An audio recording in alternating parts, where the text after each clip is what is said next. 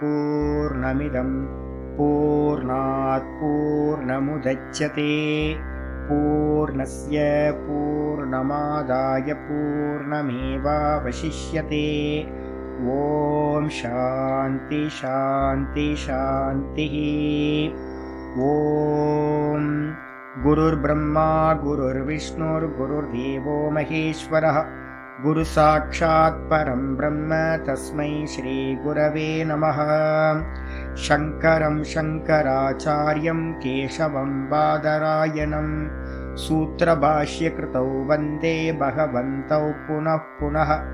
ईश्वरो गुरुरात्मेति मूर्तिभेदविभागिने व्योमवद्व्याप्तदेहाय दक्षिणामूर्तये नमः।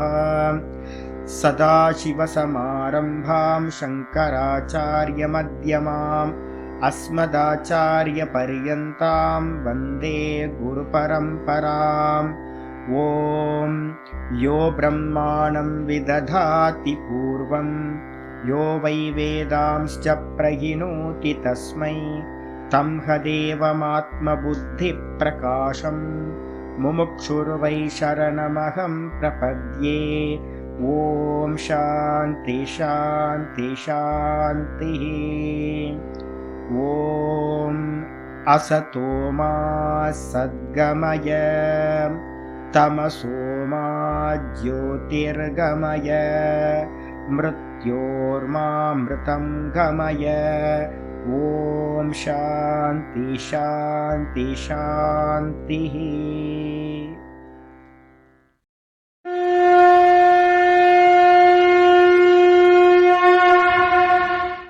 ॐ पार्थाय प्रतिबोधितां भगवता नारायणेन स्वयं व्यासेन ग्रथितां पुराणमुनिना मध्ये महाभारतम् अद्वैतामृतवर्षिणीं भगवतीम् अष्टादशाध्यायिनीम् अम्ब त्वामनुसन्दधामि भगवद्गीते भवद्वेषिणीम्।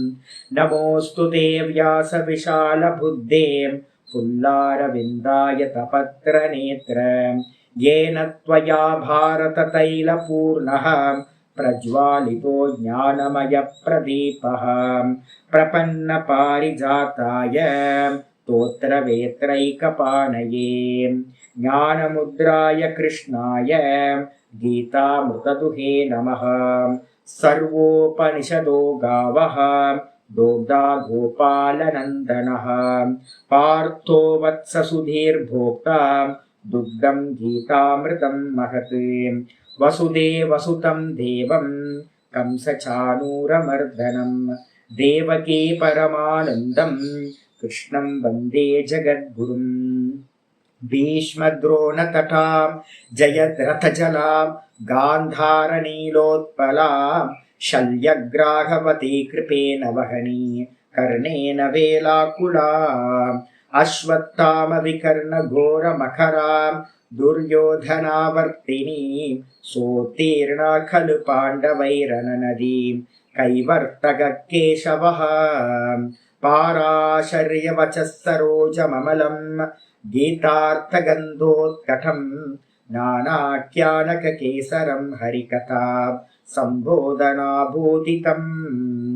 लोके सज्जनषट्पदैरहरः पेपीयमानं मुदा भूयाद्भारतपङ्कजं कलिमलं प्रध्वंसिनः श्रेयसे। मूकं करोति वाचालं पङ्गुं लङ्घयते गिरिं यत्कृपातमहं वन्दे परमानन्दमाधवम्। यं ब्रह्मा वरुणेन्द्ररुद्रमरुतः स्तुन्वन्ति दिव्यैस्तवैः वेदैः साङ्गपदक्रमोपनिषदैः गायन्ति यं सामगाः ध्यानावस्थिततद्गतेन मनसा पश्यन्ति यं योगिनः यस्यान्तं न विदुः सुरासुरगणाः। देवाय तस्मै नमः देवाय तस्मै नमः। ॐ श्रीकृष्णाय परमात्मने नमः। श्रीकृष्ण कृष्ण कृष्ण। ஓம் நாராயண பரோ வியக்தாத் அண்டமவ்யக்த சம்பவம் அண்டஸ்யாந்தஸ்தினி லோகாஹ சப்தத்வீபா ச மீதினி. ஓம். எல்லாருக்கும் நமஸ்காரம். நம்ம பார்த்துக்கிட்டு இருக்கிறது பகவத்கீதையில 4வது சாப்டர் ஞான கர்ம சந்நியாச யோகம் பார்த்துட்டு இருக்கோம். ரொம்ப முக்கியமான சாப்டர் இது. என்ன ஆரம்பிச்சிருக்கு அப்படின்னு கேட்டீங்கன்னா, ஆச்சாரியார் மெதுவா கர்மத்தை பத்தின விசாரத்துக்குள்ளார வந்திருக்கார். கர்மத்துக்குள்ளார விசாரம் வரும்போது சாத்துர்வர்ணியம் மயா சிருஷ்டம்ன்றதுல இருந்து ஆரம்பிச்சார். 4 வர்ணங்களை நான் படைத்தேன். கிரியேஷன்ல 4 வர்ணங்களை உடைய இந்த கிரியேஷன் நான் படைக்கப்பட்டது அப்படின்னு சொல்லிட்டேன். சொன்னதுக்கு பிறகு அந்த செகண்ட் லைனே பார்த்தீங்கன்னா ஒரு பெரிய ப்ராப்ளமா இருக்கு. கான்ட்ரடிக்ஷனா சொன்னார். நான் பார்த்தீங்கன்னா இந்த கிரியேஷனை படைச்சாலும் கூட என்னை நீ எப்படி அறியணும், பரமாத்மாவா இருக்கிற என்னை எப்படி நீ அறியணும் அப்படின்னா அகர்த்தாரம் அவ்யயம் புத்தி அப்படின்னு அதுல சொல்லியிருக்கு. என்னை பார்த்தீங்கன்னா அகர்த்தாவாக என்னை அறிவாயாக. நான் இதெல்லாம் படைச்சிருக்கேன், கிரியேட் பண்ணியிருக்கேன். இருந்தாலும் கூட பார்த்தீங்கன்னா தஸ்ய கர்த்தாரம் அபிமாம் வித்தி அகர்த்தாரம் அவ்யயம் சொன்னதுக்கு பிறகு எப்படி இது முரண்பாடு இருக்குல்ல, ரொம்ப பெரிய கான்ட்ரடிக்ஷன். ஒரு காரியத்தை ஒருத்தர் பண்றார், அந்த காரியத்தை பண்ணும்போது அவர் தானே கர்த்தாவா இருக்க முடியும். அப்ப அவர் கர்த்தான்னு தானே சொல்லணும். ஒரு கர்மத்துக்கு கர்த்தா அவர் தானே சொல்ல முடியும். இப்ப நான் பரமஹம்சானந்தா பாடம் படிச்சு கொடுக்குறேன், அப்ப கர்த்தா யாரு இங்க அப்படின்னு கேட்டீங்கன்னா நான் தான். இந்த பாடம் படிச்சு கொடுக்குற கர்த்தா நான் தான். இப்ப நீங்க பாடம் கேட்குறீங்க, அப்ப நீங்க தான் ஸ்ரோதா, நீங்க தான். அப்ப நான் இல்லை அப்படின்னு சொல்ல முடியுமா? அப்படின்னு சொல்ல முடியாது. ஆனா இந்த இடத்துல விபரீதமா பாத்தீங்கன்னா ஆச்சாரியார் என்ன சொல்லியிருக்கார், நான் தான் படைச்சேன், ஆனா பாத்தீங்கன்னா என்ன கர்த்தாவா என்ன நினைக்காரு. அது மட்டும் இல்ல, கர்த்தாவா மட்டும் இல்லாம அவ்யயம் அப்படின்னு என்ன அவ்யயம்னு என்ன அர்த்தம்? எந்த ஒரு நாசமும் இல்லாம தேய்வும் இல்லாம ஒரே ரூபத்துல இருக்கிறவர் அப்படின்னு அறிந்து கொள்ள வேண்டும் அப்படின்னு சொன்னதுக்கு பிறகு 2வது ஸ்லோகம் அதுக்கு அடுத்து 14வது ஸ்லோகம் சொல்லுது, நான் பாத்தீங்கன்னா கர்மத்தினால் பந்தப்படுவதில்லை. 14வது ஸ்லோகம் நமாம் கர்மாணி லிம்பந்தி. என்னை பாத்தீங்கன்னா கர்மங்கள் பந்தப்படுத்துவதில்லை. ஏன் அப்படின்னா எனக்கு கர்ம பலன்ல பாத்தீங்கன்னா ஆசையே இல்லை அப்படின்னு சொல்றாரு. கர்ம பலனில் ஆசை இல்லாமல் கர்மத்தை பண்றார். இதுதான் நாட்டு முக்கியமான நாட்டு. அப்போ இந்த உலகத்தை எல்லாத்தையும் படைத்தார், ஆனா பலன் மேல ஆசை இல்லாம இந்த உலகத்தை கிரியேட் பண்றார். முதல் ஸ்டெப் எடுத்து இதே மாதிரி நீங்களும் நானும் பாத்தீங்க அப்படின்னா நம்ம பண்ற கர்மத்தை எல்லாத்தையும் பண்ணிக்கிட்டு கர்ம பலன்ல ஆசை இல்லாம இருந்தோம் அப்படின்னா அதுக்கு என்ன பேர் அப்படின்னு கேட்டீங்கன்னா ஆபாச கர்மம் அப்படின்னு நம்ம சொல்லுவோம். எப்பெல்லாம் நீங்க பாத்தீங்கன்னா கர்மத்தை பண்ணிட்டு பலன் மேல கொஞ்சம் கூட ஆசை இல்லையோ அந்த கர்மம் உங்களை என்ன பண்ணாது, பந்தப்படுத்தாது. எரிஞ்ச கயிறு மாதிரி கர்மயோகத்திலேயே அது சித்திச்சிரும் உங்களுக்கு. அதுக்கப்புறம் பாத்தீங்கன்னா இதிமாம் யோகி ஜானாதி. ஆனா இங்க கர்மயோகம் இல்லை, நம்ம கர்மயோகத்தையே நம்ம என்ன பண்றோம் அப்படின்னா ஆபாச கர்மம்னு சொல்றோம். ஆபாச கர்மம்னு அர்த்தம், வெளியில தெரியும் பலன் மேல ஆசை இருந்தாதான் அது என்ன பண்ணும், புண்ணியத்தையோ பாப்பத்தையோ கொடுத்து உங்களுக்கு திரும்ப திரும்ப பவுண்ட் பண்ணிக்கிட்டே இருக்கும், கட்டிக்கிட்டே இருக்கும். எனக்கு எந்த பலனும் வேணாம்ப்பா, என்னோட டியூட்டி பாத்தீங்கன்னா நான் பண்றேன் அப்படின்னு யாரு பண்றாங்களோ அவங்களுக்கு புண்ணியம் வராது, பாப்பமும் வராது. அப்ப பகவான் எப்படி பண்றாரு அப்படின்னு கேட்டீங்கன்னா முதல் ஸ்டெப் பாத்தீங்கன்னா எடுத்துக்கிட்டோம் அப்ப நம்ம லெவல்ல அவர் ஞானத்துல இருந்து பண்றாரு. முதல் லெவல் நம்ம என்ன பண்ணணும், இதே மனநிலையில பண்ணணும். இதுக்கப்புறம் 2வது ஸ்டெப் என்ன அப்படின்னு கேட்டீங்கன்னா வாஸ்தவத்துல ஆத்ம ஞானத்துல இருந்து பாக்குறது. ஆத்ம ஞானத்துல இருந்து பார்க்கும்போது என்ன தெரியுது அப்படின்னு கேட்டீங்கன்னா வாஸ்தவத்துல கர்மம் நடந்துச்சா அப்படின்னா ஏற்கனவே நம்ம பார்த்துருக்கோம். இந்த எல்லாமே என்னன்னு கேட்டீங்கன்னா சொப்பன மாயா திருஷ்டம். இது எல்லாம் பாத்தீங்கன்னா சொப்பனம் மாதிரி, மாயையோட காட்சிகள் மாதிரி தெரியுது வாஸ்தவத்துல.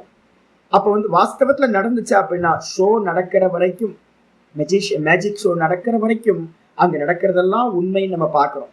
ஆனா முடிச்சு போனதுக்கு பிறகு எதுவுமே நடக்கவே இல்லை. அங்க யாரு சத்தியமா இருக்கான, மாயாவி மட்டும் சத்தியமா இருக்கார். அவர் பண்ண கிரியேஷன் எல்லாம் பொய்யா போயிடுது. அவர் மூட்டை கட்டிக்கிட்டு பாத்தீங்கன்னா கிளம்பி போயிடுறார். என்ன பாச்சு, அவர் பண்ணதெல்லாம் எங்க போச்சு?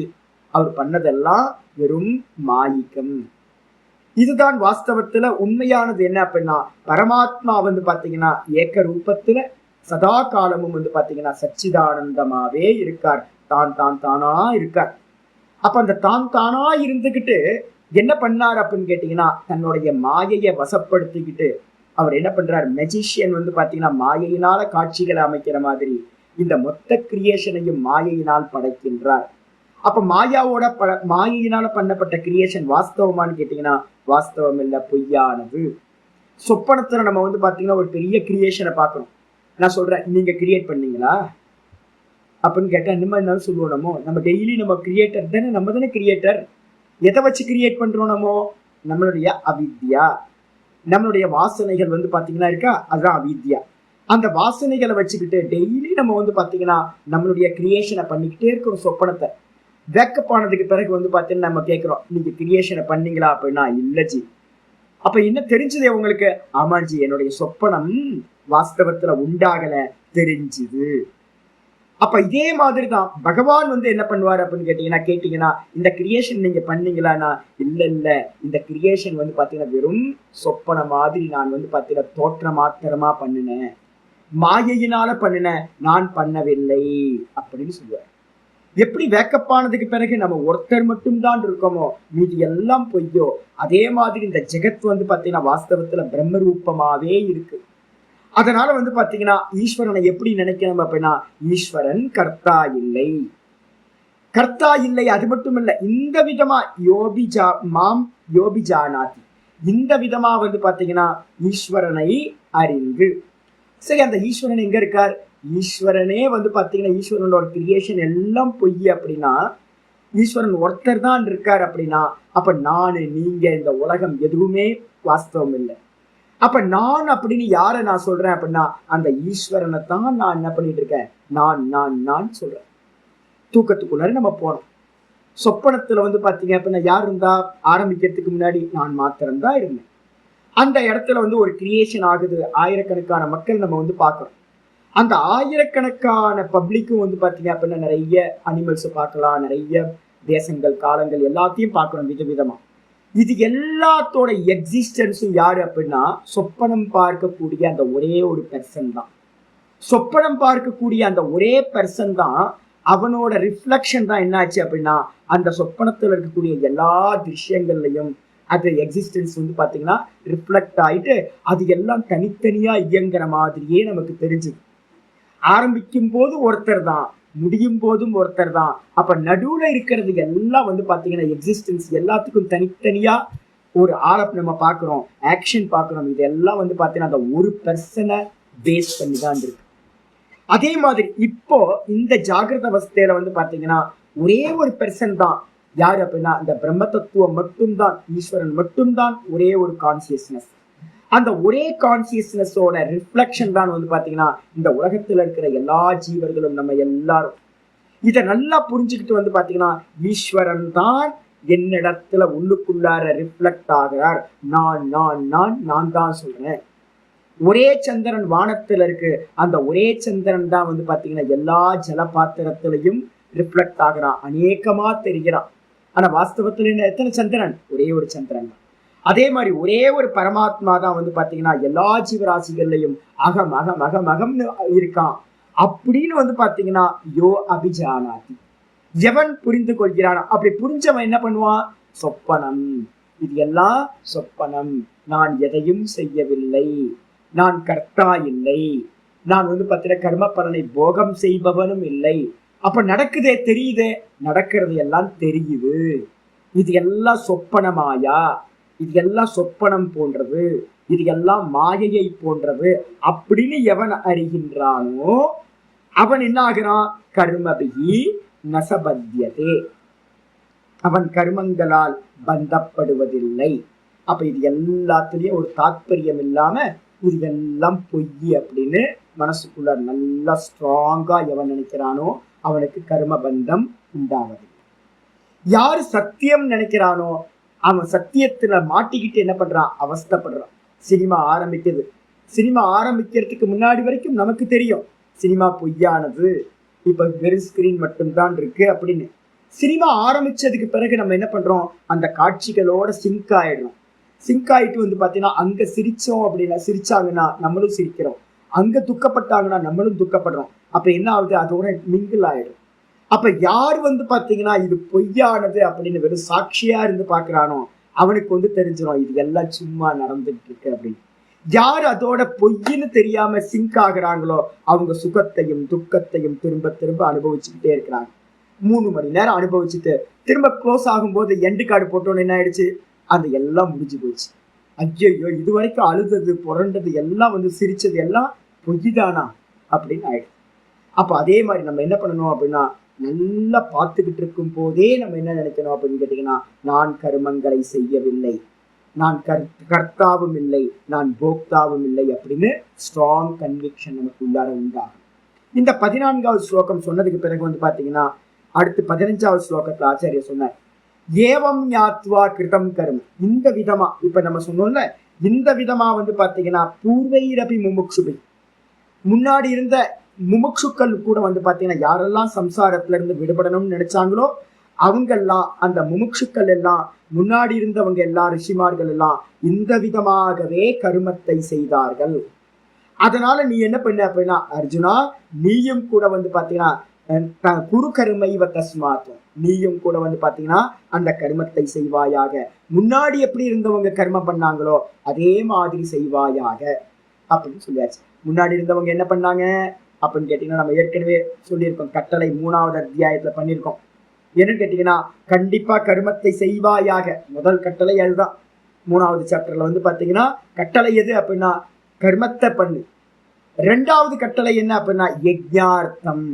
2வது யஜ்ஞத்துக்காக ஈஸ்வரன் எப்படி ஈஸ்வர ஆராதனையா எப்படி பண்ணணுமோ அதே மாதிரி கர்மங்களை பண்ணு. முன்னாடி இருந்த ரிஷிமார்கள் வசிஷ்டர் முதலியவர்கள் எல்லாம் எப்படி பண்ணாங்க, யஜ்ஞார்த்தமா ஈஸ்வர பூஜையா ஒவ்வொரு கர்மத்தையும் பண்ணும் போதும் பயபக்தியோட ஈஸ்வரார்ப்பணமா பண்றது. இது பண்ணிக்கிட்டே வா. அதுக்கப்புறம் 30வது 38வது ஸ்லோகத்துல பாத்தீங்கன்னா போன அத்தியாயத்துல 41 38 30 போன அத்தியாயத்துல 30 பாத்தீங்கன்னா இன்னும் ரொம்ப அற்புதமா சொல்லுச்சு. என்னன்னு கேட்டீங்கன்னா, மயி சர்வாணி கர்மாணி சந்நியஸ்யாத்யாத்ம சேதசா நிராஷீர் நிர்மமோ பூத்வா விகதஸ்வ யுத்தியஸ்வ விகதஜ்வரக அப்படின்னு. அப்ப அந்த 30வது ஸ்லோகம், போன அத்தியாயத்துல 30வது ஸ்லோகத்தை எடுத்துக்கிட்டோம் அப்படின்னா, முன்னாடி இருந்தவங்க என்ன பண்ணாங்க, முதல்ல கர்மத்தை பண்ணாங்க, 2வது யஜ்யமா கர்மத்தை பண்ணாங்க, 3வது பாத்தீங்கன்னா எல்லா கர்மத்தையும் தூக்கி ஈஸ்வரன் பண்றார் அப்படின்னு ஈஸ்வரனுக்கு மேல எல்லா கர்மத்தையும் போட்டுட்டு எந்த ஆசையும் இல்லாம என்ன நடக்கணுமோ அது நடக்கட்டும், இது எல்லாம் பொய்யானது, எது வந்தாலும் சரி வரலனாலும் சரி ஒன்னும் கவலை இல்லை அப்படின்னு எந்த ஒரு மனத்தாப்பமும் இல்லாம மனக்கலக்கமும் இல்லாம என்ன பண்ணாங்க அப்படின்னா கர்மத்தை செய்தார்கள். அப்ப அதனால அதே மாதிரி இங்கேயும் எடுத்துக்கணும். இந்த 15வது ஸ்லோகத்தை சொல்றார், முன்னாடி இருந்த ரிஷிமார்கள் எப்படி கர்மத்தை பண்ணாங்களோ அதே மாதிரி நீயும் செய்வாயாக அப்படின்னு 15வது ஸ்லோகம். அப்ப சொன்னதுக்கு பிறகு பாத்தீங்கன்னா 16வது ஸ்லோகம் நேற்று நம்ம பார்த்துருக்கோம், கிம் கர்ம கிம கர்மேதி. இந்த விஷயத்துல கர்மம் எது அகர்மம் எது அப்படின்னு, கர்மம் எது அகர்மம் எது அப்படின்ற விஷயத்துல கிம் கர்ம கிம் அகர்மேதி கவயோப்பியத்திர மோகிதாக. கவைகள் அப்படின்னா நிறைய படிச்சவங்களும் கூட பாத்தீங்கன்னா இந்த விஷயத்துல மோகத்தை அடைகின்றார்கள். அந்த கர்மத்தை பத்தி நான் என்ன பண்ண போறேன், உனக்கு பிரவக்ஷியாமி தத்தே கர்ம பிரவக்ஷியாமி, அந்த கர்மத்தை பத்தி நான் உங்களுக்கு சொல்ல போறேன். தெரிஞ்சுக்கிட்டா என்ன நடக்கலாம் அப்படின்னா, யஜ்ஞாத்வா மோக்ஷேசே அசுபா. இந்த அசுபம்னா என்ன அர்த்தம்னா, இந்த சம்சாரம் அசுபம் அமங்கலம், திரும்ப திரும்ப பிறந்துகிட்டே இருக்கிறோம். அப்ப பிறக்கிறதுக்கு எது சுவாமி காரணம், கர்மா தான். அப்ப கர்மத்தை பத்தி நல்லா தெரிஞ்சுக்கிட்டோம் அப்படின்னா எந்த விதமா இந்த கர்மத்தை பண்ணணும், எந்த விதமா இந்த கர்மத்தை பாவிக்கணும் அப்படின்னு நம்ம நல்ல முறையில இந்த கர்மத்தோட விஞ்ஞானத்தை தெரிஞ்சுக்கிட்டோம் அப்படின்னா இந்த கர்ம பந்தத்துல இருந்து நம்ம என்ன பண்ணலாம், விடுபடலாம். அதனால நான் என்ன பண்ண போறேன், அர்ஜுனா உனக்கு நான் கர்மத்தையும் அகர்மத்தையும் பத்தி போதிக்க போறேன், உபதேசம் பண்ண போறேன் அப்படின்னு 16வது ஸ்லோகத்துல ஆச்சாரியா சொல்லியிருக்காரு. சொன்னதுக்கு பிறகு இன்னைக்கு பாட்டம் 17வது ஸ்லோகம் ஆரம்பிக்கும். ஆச்சாரியர் என்ன பண்றார், ஒரு பாஷ்யம் எழுதுறார். அவதாரிக்கா 17வது ஸ்லோகத்துக்கு ஒரு பாஷ்யம். நச்சேதத் துவயா மந்தவ்யம். நீங்க யாரும் இது மாதிரி நினைச்சிடக்கூடாது. எது மாதிரி சுவாமி அப்படின்னா, கர்ம நாம தேகாதி சேஷ்டா லோக பிரசித்தம்.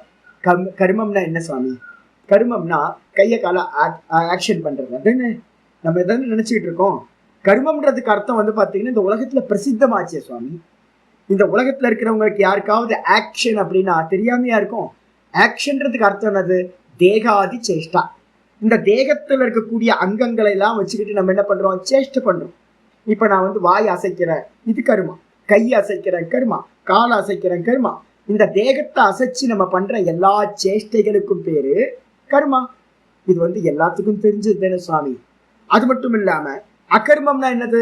அகர்மம்ன்றதுக்கு அர்த்தம் தது அக்ரியா தூஷ்ணிம் ஆசனம். எதையும் பண்ணாம இந்த தேகத்துல வந்து பாத்தீங்கன்னா எதையும் பண்ணாம சும்மா உட்கார்ந்தோம் அப்படின்னா அதுக்கு பேர் அகர்மம். இந்த உலகத்துல வந்து பாத்தீங்கன்னா செயலின்மை, ஆக்ஷன், அப்புறம் ஆக்ஷன் இல்லாம இருக்கிறது. இந்த ரெண்டு வந்து பாத்தீங்கன்னா இந்த உலகத்துல எல்லாத்துக்கும் தெரியுமே சுவாமி. இதுல என்ன வந்து பாத்தீங்கன்னா நீங்க புதுசா உபதேசம் பண்ண போறீங்க? எனக்கு தெரியும் சுவாமி, கர்மம்னா தெரியும், அகர்மம்னாலும் தெரியும் அப்படின்னு நீங்க யாரும் நினைச்சிடக்கூடாது. ஏன் அப்படின்னு கேட்டீங்கன்னா ஆச்சாரியர் சொல்றாரு, கிம் தத்திர போதவ்யம் இது. இதுல என்ன பெருசா நமக்கு தெரிஞ்சுக்க வேண்டி இருக்கு?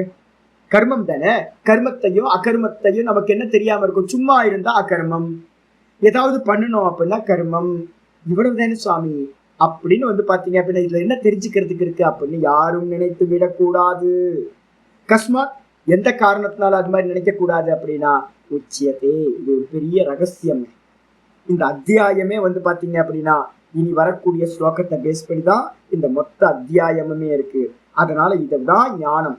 இந்த ஞானத்தை தெரிஞ்சுக்கிட்டாதான் உங்களுக்கு மோட்சம் கிடைக்கும். அதனால வந்து பாத்தீங்கன்னா அதை பத்தி உச்சியதே சொல்லப்பட போகின்றது. 17வது ஸ்லோகம் ஆரம்பிக்கிறார். கர்மணோ ஹ்யபி போத்தவ்யம், கர்மணோ ஹ்யபி போத்தவ்யம், போத்தவ்யம் ச விகர்மணஹ, போத்தவ்யம் ச விகர்மணஹ, அகர்மணஸ்ச போத்தவ்யம், அகர்மணஸ்ச போத்தவ்யம், ககனா கர்மணோ கதிஹி, ககனா கர்மணோ கதிஹி, கர்மணோ ஹ்யபி போத்தவ்யம், போத்தவ்யம் ச விகர்மணஹ, அகர்மணஸ்ச போத்தவ்யம், ககனா கர்மணோ கதிஹி. 3 விஷயத்தை வந்து பாத்தீங்கன்னா இங்க ஆச்சாரியர் கிருஷ்ண பரமாத்மா சொல்றார். 3 விஷயங்களை பத்தி நமக்கு வந்து பாத்தீங்கன்னா ஞானம் உண்டாகணும். அப்படி ஞானம் உண்டாச்சுன்னா கர்மத்தினால நம்ம என்ன பண்ண மாட்டோம்? பந்தப்பட மாட்டோம், மாட்டிக்க மாட்டோம் கர்மத்துல. என்னென்ன விஷயம்? முதல்ல சொல்றார், கர்மனோ ஹி அபி போதவ்யம். ஹி அபி, ஹீனா ஏனெனில், கர்மமும் கூட, அபிபோதவ்யம் கண்டிப்பாக என்ன பண்ணணும்? கர்மத்தையும் கூட போதவ்யம் அறிந்து கொள்ள வேண்டும். நல்ல முறையில கர்மம்னா என்ன அப்படின்னு தெரிந்து கொள்ள வேண்டும். 2வது வந்து பாத்தீங்கன்னா விகர்மணச்சக போதவ்யம். விகர்மணத்தை வந்து பாத்தீங்கன்னா திரும்ப 3வது நான் போட்டிருக்கேன் பதத்துல எழுதும் போது. நீங்க வந்து பாத்தீங்கன்னா 2வதா கூட சொல்லலாம், இல்ல 3வதாவும் சொல்லலாம். விகர்மத்தையும் கூட, விகர்மம்னா என்ன சுவாமி அப்படின்னு கேட்டீங்கன்னா செய்யக்கூடாதது. நிறைய உலகத்துல வந்து பாத்தீங்கன்னா செய்யக்கூடாத கர்மங்கள் நிறைய இருக்கு. அந்த செய்யக்கூடாதவைகள் எப்ப தெரியும் அப்படின்னா சாஸ்திரம் சொல்லியிருக்கு. சாஸ்திரம் வந்து பாத்தீங்கன்னா பிரதிசித்த கர்மான்னு பேரு. விகர்மம்ன்றதுக்கு அர்த்தம் பிரதிசித்த கர்மான்னு பேரு. இதை பண்ணாத, இதை பண்ணாத, இதை பண்ணாத அப்படின்னு நிறைய வந்து பாத்தீங்கன்னா சொல்லியிருக்கு. அந்த கர்மங்களையும் நாம் தெரிந்திருக்க வேண்டும், போதவ்யம். 2வது. 3வது வந்து பாத்தீங்கன்னா அகர்மணஸ்ச, கர்மம் இல்லாத தன்மை. அகர்மம்ன்றதுக்கு அர்த்தம் கர்மமற்ற தன்மை, ஆக்ஷனே இல்லாதது வந்து பாத்தீங்கன்னா அகர்மம்னு சொல்லப்படும். அந்த அகர்மத்தையும் கூட போதவ்யம். இந்த 3 விஷயத்தை தெரிஞ்சிருக்கணும். செய்ய வேண்டியது கர்மம், செய்யக்கூடாதது வந்து பாத்தீங்கன்னா விகர்மம், அதுக்கப்புறம் வந்து பாத்தீங்கன்னா செயலின்மை, எந்த ஒரு ஆக்ஷனும் இல்லாத அகர்மம். இந்த 3த்தையும் போதவ்யம் அறிந்து கொள்ள வேண்டும். ஏன் சுவாமி அப்படின்னா ககனா கர்மனோ கதி. இந்த வார்த்தையை ஹைலைட் பண்ணிக்கங்க. அதிகமா நம்ம இதை பயன்படுத்துவோம். நிறைய இடத்துல வேற வேற பிரசங்கத்துல இந்த வார்த்தையை நம்ம யூஸ் பண்ணுவோம். கர்மனோ ககனா கதி. இந்த கர்மத்தோட போக்கு, கத்தின்றதுக்கு அர்த்தம் வந்து பாத்தீங்கன்னா நாலேஜ்னு எடுக்கலாம், போக்குன்னு எடுக்கலாம். கம்தாத்து எப்பவுமே வந்து பாத்தீங்கன்னா 3 அர்த்தத்தை குறிக்கும். ஞப்தி, கதி, பிராப்தி. 3 அர்த்தம் வந்து பார்த்தீங்கன்னா கம் தாத்துக்கு யூஸ் ஆகும். அப்ப கத்தின்றதுக்கு அர்த்தம் என்ன சொல்லுவோம் அப்படின்னு கேட்டீங்கன்னா கர்மத்தோட போக்குன்னு சொல்லலாம். கர்மம் எப்படி போகும்ன்றது வந்து பாத்தீங்கன்னா அதோட போக்கு வந்து யாருக்கும் தெரியவே தெரியாது. ககனானா ரகசியமானது. ரெண்டாவது வந்து பாத்தீங்கன்னா கர்மத்தை பத்தின நாலேஜ். கத்தின்றதுக்கு அர்த்தம் ஞப்தி, அறிவு. கர்மத்தோட அறிவு வந்து பாத்தீங்கன்னா நாலேஜ் வந்து பாத்தீங்கன்னா ஞானமானது, ரொம்ப டீப். ககனான்றதுக்கு அர்த்தம் ரொம்ப டீப்பானது. அப்ப வந்து பாத்தீங்கன்னா இந்த 2 அர்த்தம் எடுக்கணும் இங்க. அப்ப கர்மத்தோட போக்கு வந்து பாத்தீங்கன்னா ரொம்ப ரகசியமானது, இருட்டுன்னு சொல்லலாம். ககனான்றதுக்கு அர்த்தம் இருட்டு, ரொம்ப டீப்பா இருக்கிறது. இப்ப அடுத்த கர்மா நமக்கு ஏதாவது தெரியுமா? யோசிச்சு பாருங்க. அடுத்த கர்ம பலன் வந்து பாத்தீங்கன்னா நமக்கு என்ன உண்டாகும் யாருக்காவது தெரியுமா அப்படின்னா தெரியவே தெரியாது. அடுத்த க்ஷணம் வந்து பாத்தீங்கன்னா எனக்கு மரணம் சம்பவிக்கலாம். பாடம் நடத்திக்கிட்டு இருக்கும் போதே வந்து பாத்தீங்கன்னா என்னுடைய மூச்சு பிரிஞ்சிடலாம். இப்படியே பகவத்கீதை சொல்லிட்டு இருக்கும் போதே பிராணன் போகும், பிராணன் போகாது. யாருக்காவது நிச்சயம் இருக்கா அப்படின்னா எனக்கு எந்த நிச்சயமும் இல்லை. அப்ப யாருக்கு எந்த கர்மான்ற விஷயத்துல வந்து பாத்தீங்கன்னா கர்மத்தினுடைய போக்கானது யாருக்குமே தெரியாது. அப்படின்ற பிரயோகத்துல வந்து பாத்தீங்கன்னா ககனா கர்மனோகத்தின்னு யூஸ் பண்ணுவோம். இந்த இடத்துல ஆச்சாரியர் என்ன சொல்றாருன்னு கேட்டீங்கன்னா ககனா கர்மனோகதின்றதுக்கு அர்த்தம் இந்த இடத்துல கர்மம்னா என்னன்ற விஷயம் ரொம்ப டீப்புங்க, ரொம்ப டெப்த் நாலேஜ். அதை பத்தி வந்து பாத்தீங்கன்னா மேலோட்டமா தெரிஞ்சுக்கிட்டா புரியாது. அதே மாதிரி வந்து பாத்தீங்கன்னா விகர்மம் செய்யக்கூடாதது எது அப்படின்னு அதுவும் ரொம்ப டெப்த் நாலேஜை உடையது. அதே மாதிரி அகர்மம்னு சொல்லக்கூடிய செயலின்மை, அது வந்து நைஷ்கர்மியம்னு பேர். அகர்மம்ன்றதுக்கு அர்த்தம் என்னது? நைஷ்கர்மியம், கர்மம் இல்லாத தன்மை. அதுவும் வந்து பாத்தீங்கன்னா ரொம்ப டெப்தான நாலேஜை உடையது அப்படின்னு ஆச்சாரியார் நமக்கு வந்து ஒரு பேக்ரவுண்ட். இதை தெரிஞ்சுக்கணும்னு ஒரு உற்சாகத்தை உற்பத்தி பண்றதுக்காக, ருச்சியை உண்டு பண்றதுக்காக லைட்டா இந்த ஸ்லோகத்தை சொல்லிட்டார். பாஷ்யத்துக்கு வந்து பாஷ்யத்தில் ஆச்சாரியர் சொல்றார் கருமனஹா. கர்மம்னா என்ன சுவாமி அப்படின்னு கேட்டீங்கன்னா சாஸ்திர விகிதஸ்யஹி. இந்த இடத்துல வந்து பாத்தீங்கன்னா சாஸ்திரம் வந்து பாத்தீங்கன்னா எதை சொல்லுதோ அதுக்கு பேர் தான் கர்மம். நான் வந்து ஒரு ஃபேமஸான ஒரு வியாக்கியானம் இருக்கு. தமிழ்நாட்டில் ஒரு 5 லட்சம் புக்குக்கு மேல பகவத்கீதை வந்து பாத்தீங்கன்னா சேல்ஸ் ஆயிருக்கு. ஒரு பெரிய செயிண்ட் அவர் தான் வந்து பாத்தீங்கன்னா புக் எழுதியிருந்தார். ஆனா அந்த புக்கை வந்து பாத்தீங்கன்னா நான் வந்து எடுத்து பார்த்தோன்னே நான் தூக்கி போட்டேன் ஓரமா. என்ன காரணம் அப்படின்னா கர்மம்னா என்ன அர்த்தம்னா நம்ம நடக்கிறது, போறது, வர்றது, தூங்குறது, சாப்பிட்றது, இதெல்லாம் கர்மம் அப்படின்னு அவர் எழுதியிருந்தார். எல்லா இடத்துலையும் அப்படியே பிரயோகம் பண்ணியிருந்தார். நான் சொல்லிட்டேன் தப்பு. இந்த எடுத்து பார்த்த உடனே அந்த புக்கை பார்த்த உடனே சொல்லிட்டேன் அவர் கர்மத்துக்கு டெஃபினிஷன் சொன்னதே தப்பு அப்படின்னு. சேஷ்டான்றது வேற, கர்மம்ன்றது வேற. ரெண்டுத்தையும் நல்லா புரிஞ்சுங்க. சேஷ்டான்றது என்னன்னு கேட்டீங்கன்னா நீங்க பாடியை ஆக்ஷன் பண்றீங்கல்ல, அசைக்கிறீங்கல்ல, அதுக்கு பேர் வந்து பாத்தீங்கன்னா சேஷ்டான்னு பேர். இப்ப நான் போறேன், நான் நடந்து போறேன், வரேன், இதுக்கு ஏதாவது பலன் இருக்கா சுவாமி அப்படின்னா இதுக்கெல்லாம் எந்த பலனும் இல்லை. நான் சாப்பிட்றேன், தூங்குறேன், படுக்கிறேன், இதெல்லாம் வந்து பாத்தீங்கன்னா ஜீவன சேஷ்டான்னு பேர். எந்த ஜீவராசியாவும் பிறந்தாலும் அந்த ஜீவராசி என்ன பண்ணும், அந்த தேகத்துல வந்து பாத்தீங்கன்னா சேஷ்டைகள் நடக்கும். கைய காலை அசைக்காம இருக்க முடியுமா? நீங்க பிறந்ததுல இருந்து பாறை மாதிரியா இருக்க முடியும்? பாறை மாதிரி இருக்க முடியாது. அப்ப நீங்க கைய காலை அசைச்சுதான் சாப்பிடுறது, தூங்குறது, நடக்கிறது, எல்லா காரியம் பண்றீங்க. இதெல்லாம் கர்மம் அப்படின்னு சொல்லுவோமான்னு கேட்டீங்கன்னா கர்மம்னு சொல்ல மாட்டோம்.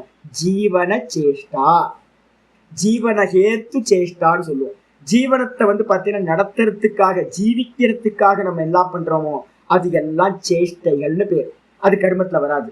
அப்ப கர்மம்னா என்ன அப்படின்னு கேட்டீங்கன்னா சாஸ்திர விகிதஸ்ய அப்படின்னு ஆச்சாரியர் கிளியரா சொல்ற. சாஸ்திரம் எதையெல்லாம் செய் செய் செய் அப்படின்னு சொல்லுதோ, அப்ப நம்ம சாஸ்திரத்தை பார்த்தா சுவாமி பண்றோம் அப்படின்னா இப்ப நமக்கு தெரிஞ்சோ தெரியாமலையோ இந்தியால பிறந்த எல்லாரும் வந்து பாத்தீங்கன்னா நம்ம என்ன பண்ணிட்டு இருக்கோம், பெரியவங்க சொல்லி கொடுத்துருக்காங்க, அதே மாதிரிதான் போயிட்டு இருக்கோம். ஆதி காலத்துல இருந்து சாஸ்திரம் சொன்னதுதான் நம்ம பண்றோம். நம்ம எல்லாம் மேரேஜ் பண்ணிக்கிறீங்களா? நிறைய பேரு குழந்தைங்க எல்லாம் பாதுகாக்கிறீங்களா? அவங்க டியூட்டியை பாக்குறீங்களா? இதெல்லாம் வந்து பாத்தீங்கன்னா சாஸ்திரம் சொன்னதுதான்.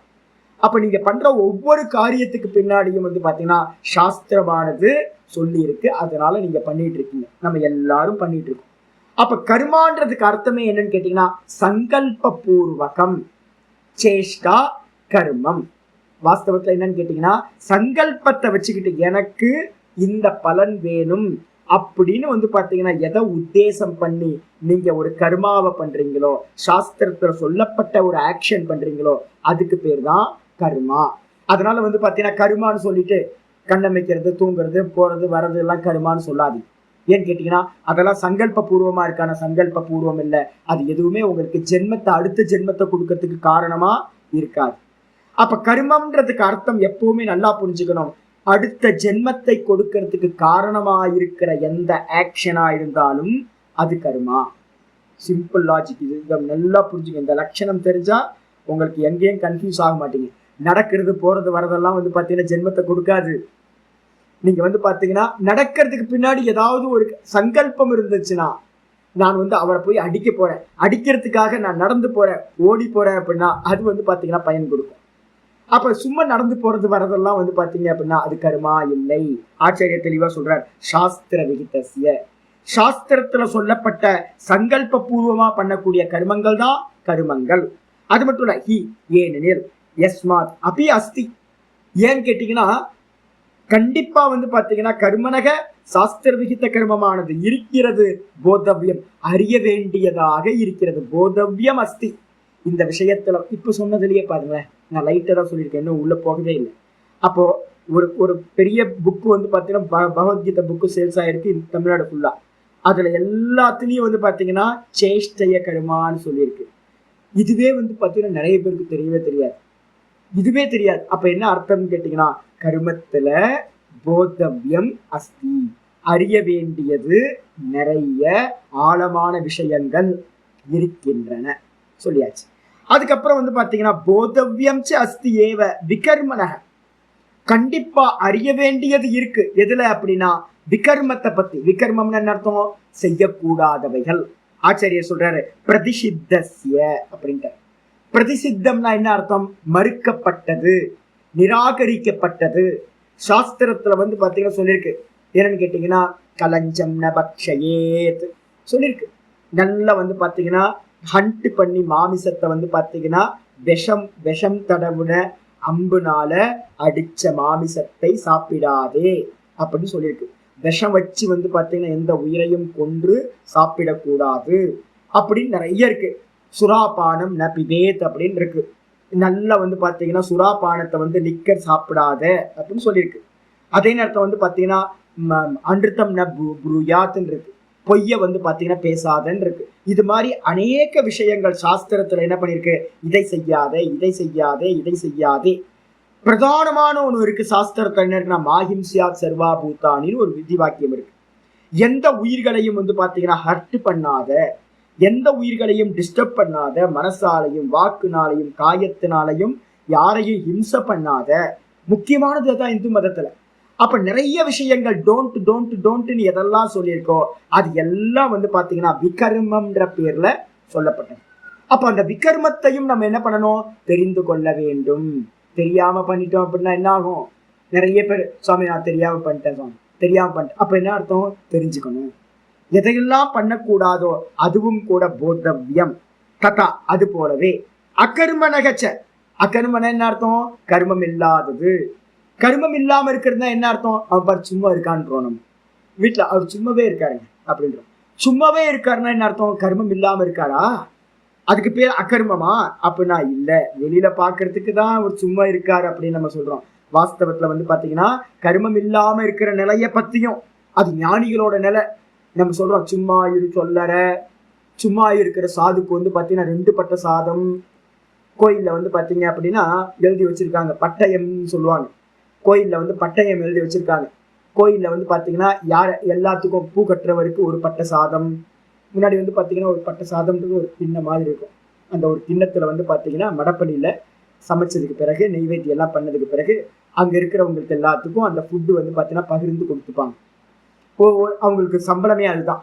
அப்ப பூ கட்டுறவருக்கு ஒரு பட்ட சாதம். அதுக்கப்புறம் பாத்தீங்கன்னா மணி அடிக்கிறவருக்கு ஒரு பட்ட சாதம். கோயில் பூஜாரிக்கு 3 பட்ட சாதம். இது மாதிரி ஒவ்வொருத்தருக்கும் பாத்தீங்கன்னா சாதங்களை பாத்தீங்கன்னா அந்த இதை பிரிச்சு பிரிச்சு கொடுக்கறது.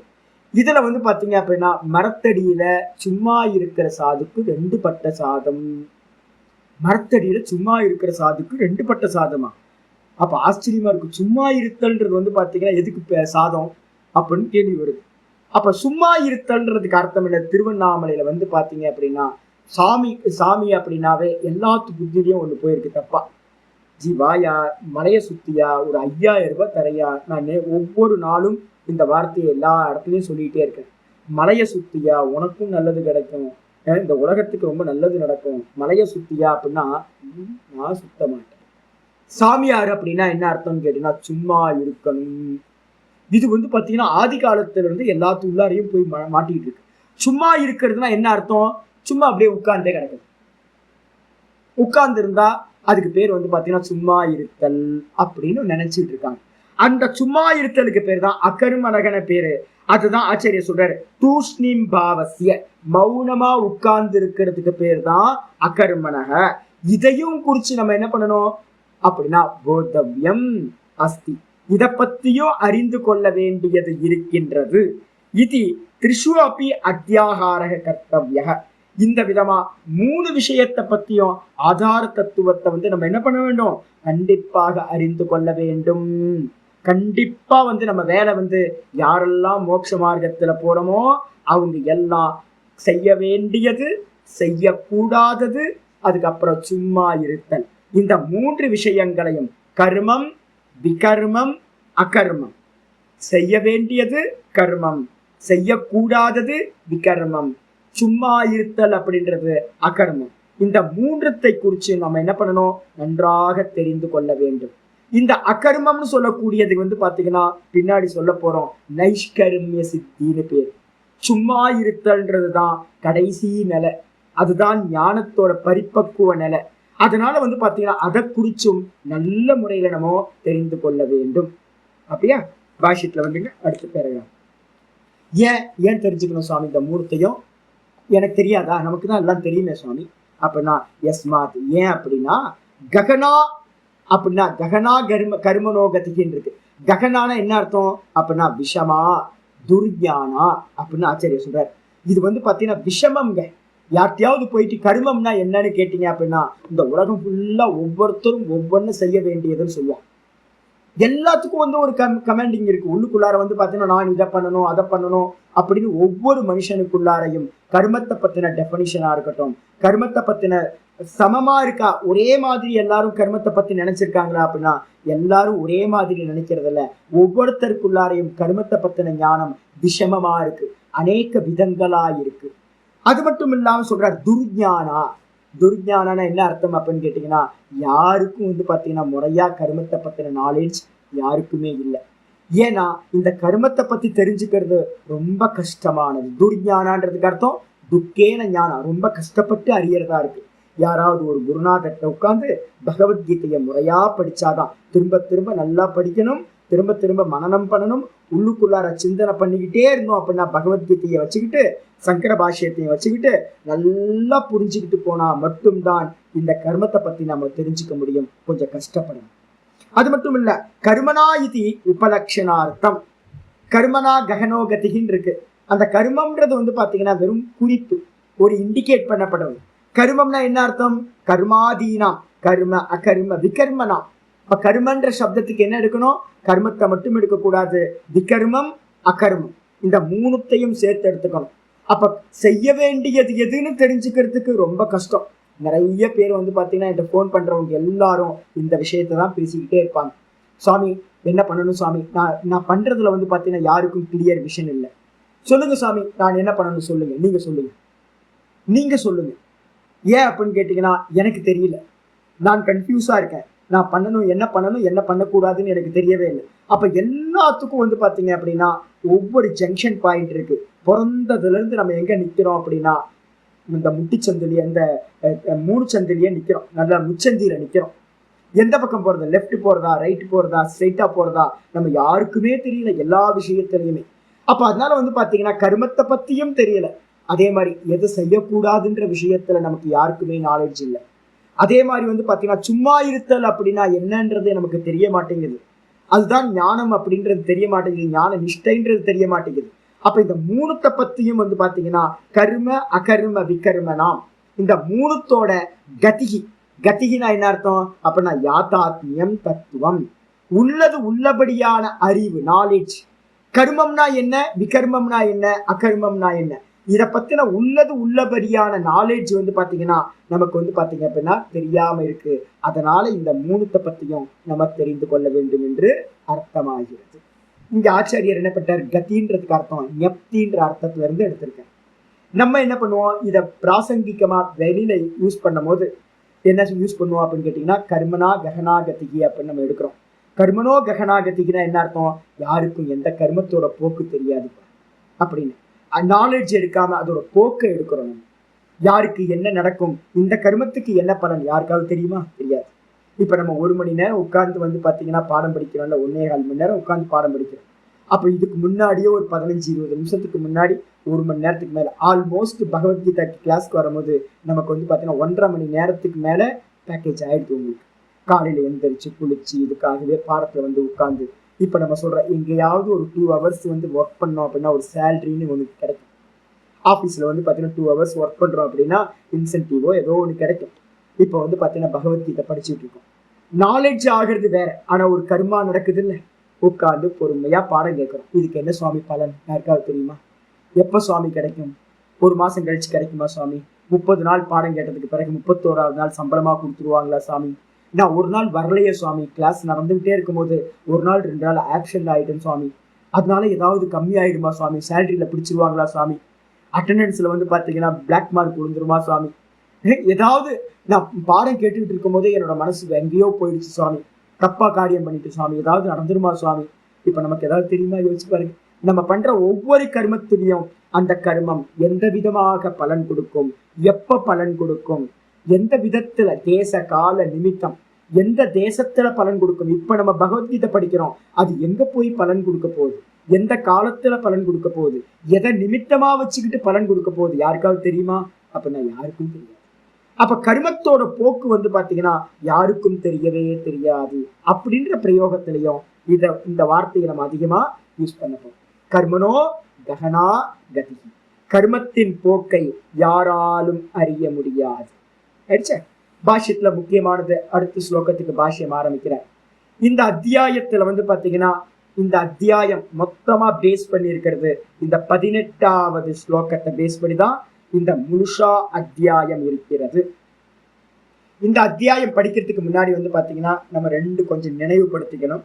என்ன நினைவுபடுத்திக்கணும் அப்படின்னா, 3வது அத்தியாயத்துல 27, 28, 29, 30 மொத்தம் 4 ஸ்லோகங்களை நம்ம வந்து பாத்தீங்கன்னா மனசுக்குள்ளார கொண்டுட்டு வரணும். என்ன அப்படின்னு கேட்டீங்கன்னா, இந்த அத்தியாயம் வந்து பாத்தீங்கன்னா என்ன பேர் வச்சிருக்கோம், இந்த அத்தியாயத்துக்கு 4வது சாப்டருக்கு அப்படின்னா ஞான கர்ம சந்நியாச யோக. இதென்ன வச்சிருக்கோம், ஞானத்தினால நமக்கு ஒரு ஞானம் கிடைக்க போகுது. இப்ப இந்த ஞானத்தை விசாரம் பண்ண போறோம். இந்த 18வது ஸ்லோகத்துல விசாரம் பண்ண போறோம். இந்த ஞானத்தை வச்சுக்கிட்டு நம்ம என்ன பண்ண போறோம், நம்ம பண்ற ஒவ்வொரு ஆக்ஷனையும் வந்து பாத்தீங்கன்னா இதை பேஸா வச்சுக்கிட்டு நம்ம பார்க்க போறோம். நம்ம பண்ற எல்லா கர்மத்துக்குள்ளாரையும் இந்த ஞானத்தை இம்ப்ளிமெண்ட் பண்ண போறோம், ஞான திருஷ்டியினால பார்க்க போறோம். அப்ப ஞானத்தினால கர்மத்தை பார்க்க போறோம். கர்மத்தை பார்க்கும்போது நான் கர்மத்தை செய்யவில்லை, என்ன நமக்கு ஞானம் கிடைக்க போகுது, நான் கர்மத்தை செய்யவில்லை. அப்ப நான் யாரு அப்படின்னா நான் பார்ப்பவன். கர்மம் எங்க நடக்குது அப்படின்னா தேகம் முதலிய எல்லாத்துலயும் ஆக்ஷன் நடக்குது, நான் பார்ப்பவனா இருக்க. அப்படின்ற ஞானத்தினால கர்மம் வந்து யார்கிட்ட நடக்குது, நான் பண்ணல. அப்ப நான் பண்ணல அப்படின்னா கர்மம் வந்து பாத்தீங்கன்னா என்ன பந்தப்படுத்துமா, என்ன பந்தப்படுத்த. யாரு கர்மத்தை நான் கர்த்தான்னு நினைச்சுக்கிட்டு கர்மத்தை பண்றானோ அந்த கர்த்தாவை தான் கர்மம் என்ன பண்ணும், பந்தப்படுத்தும், திரும்ப ஜென்மத்தை கொடுக்கும். அப்ப நம்ம என்ன பண்ண போறோம், இதுல இருந்து தப்பிச்சுக்கணும். இப்போ இந்த க்ஷணத்துல இருந்து நம்ம என்ன பண்ண போறோம் அப்படின்னு கேட்டீங்கன்னா இந்த ஞானத்தை வந்து பாத்தீங்கன்னா அடாப்ட் பண்ண போறோம். இந்த அடாப்ட் பண்றதுக்கு முன்னாடி மொத்தம் எத்தனை ஸ்லோகம் சொல்லியிருக்கேன், மொத்தம் 27, 3வது அத்தியாயம் 27வது ஸ்லோகத்துல ஆரம்பிக்குது. இந்த அத்தியாயத்துக்கு பேஸ் அந்த 4 ஸ்லோகங்கள். அந்த 27வது ஸ்லோகம் போன ஸ்லோகம் என்ன சொல்லுச்சு அப்படின்னு கேட்டீங்கன்னா, பிரகிருதி கிரியமானானி குணை கர்மாணி சர்வசஹ அகங்கார விமூடாத்மா கர்த்தாகமிதி மன்யதே. கோயிலெல்லாம் போனீங்க அப்படின்னா கர்ம காண்டம் நடக்கிறது, கோயிலுக்கு போனீங்கன்னா எல்லா இடத்துலயும் சங்கல்பம் பண்றாங்கல்ல. சங்கல்பம் பண்ணும் போது என்ன பண்றோம் அப்படின்னு கேட்டீங்கன்னா, ராசி சொல்றோம், நட்சத்திரம் சொல்றோம், லக்னம் சொல்றோம். இதெல்லாம் சொல்லி இன்னார் அப்படின்னு சொல்லி நம்ம என்ன பண்றோம், நான் கர்த்தாவா இருந்து இந்த கருமத்தை செய்கிறேன் அப்படின்னு வந்து பாத்தீங்கன்னா கருமத்தை பண்றோம். அப்படி கருமத்தை பண்ணும்போது வந்து பாத்தீங்கன்னா அதோட பலன் யாருக்கு போய் சேரும் அப்படின்னா, எல்லாத்துக்கும் பலன் மேல ஆசை வச்சுதானே கர்மா பண்றாங்க. அப்ப அந்த பூஜையா இருக்கட்டும், அந்த ஹோமமா இருக்கட்டும், ரிச்சுவல்ஸா இருக்கட்டும், இதோட பலன்கள் எல்லாம் யார் இந்த விதமா நான் கர்த்தான்னு நினைச்சுக்கிட்டு பண்றாங்களோ அவங்களுக்கு போய் சேரும். இதே மாதிரி வந்து பாத்தீங்கன்னா நம்ம எந்தெந்த கர்மங்களை எல்லாத்தையும் சங்கல்பம் பண்ணிக்கிட்டு நான் கர்த்தான்ற எண்ணத்தோட பண்றோமோ அந்த எல்லா கர்மங்களும், அது புண்ணியமா இருக்கட்டும் பாப்பமா இருக்கட்டும், இது எல்லாம் வந்து பாத்தீங்கன்னா கர்த்தான்ற எண்ணத்தோட அபிமானத்தோட பண்றவனுக்கு போய் சேருகின்றது. இதுதான் வந்து பாத்தீங்கன்னா லாஜிக். இப்ப ஆச்சாரியர் என்ன பண்றார், 3வது அத்தியாயத்துல 27வது ஸ்லோகத்தை சொல்றார். வாஸ்தவத்துல நீங்களோ நானோ கர்த்தா இல்லைங்க. யாரு கர்த்தா அப்படின்னா, நான் யாரு அப்படின்னு கேட்டீங்கன்னா, நான் வாஸ்தவத்துல நான் யாரு அப்படின்னா ஒரே ஒரு விஷயம் புரிஞ்சுங்க. எப்படி வந்து பாத்தீங்கன்னா சந்திரன் வந்து ஏக்கமா வானத்துல இருக்கான். அந்த சந்திரன் வந்து பாத்தீங்கன்னா ஜலத்துல சின்ன சின்ன சின்ன ஜலபாத்திரத்துல ரிஃப்ளெக்ட் ஆகிறான். அதே மாதிரி பரமாத்மா வந்து பாத்தீங்கன்னா சச்சிதானந்த சுரூபமா பிரம்ம தத்துவம் இருக்கு. அந்த பிரம்ம தத்துவம் தான் ஒவ்வொரு தேகம்ன்றது ஒவ்வொரு பானை. இந்த தேகத்துல இருக்கக்கூடிய அந்த கரணம்ன்றது ஜலம். அந்த அந்த கரணத்துல வந்து பாத்தீங்கன்னா அந்த எல்லா இடத்துலயும் நீக்கமர நிறைஞ்சிருக்கிற அந்த பரமாத்மா இந்த ஜலத்துல வந்து பாத்தீங்கன்னா அந்த கரணம்ன்ற புத்தியில என்ன பண்றார், ரிஃப்ளெக்ட் ஆகிறார். அப்படி ரிஃப்ளெக்ட் ஆகும் போது வந்து பாத்தீங்கன்னா என்ன தெரியுது, எப்படி சந்திரன் இருக்கோ அதே சந்திரன் அப்படியே வந்து பாத்தீங்கன்னா பிரதிபிம்பத்தை ஏற்படுத்துறான். அப்போ நம்ம எல்லாரும் யாரு அப்படின்னா பிரதிபிம்ப சைத்தன்யம் அப்படின்னு பேர். ரிஃப்ளெக்ஷன் கான்சியஸ்னஸ், வெறும் சைத்தன்யம், அறிவு. அந்த அறிவு தான் வந்து பாத்தீங்க அப்படின்னா நம்ம பார்ப்பவன் அறிவு.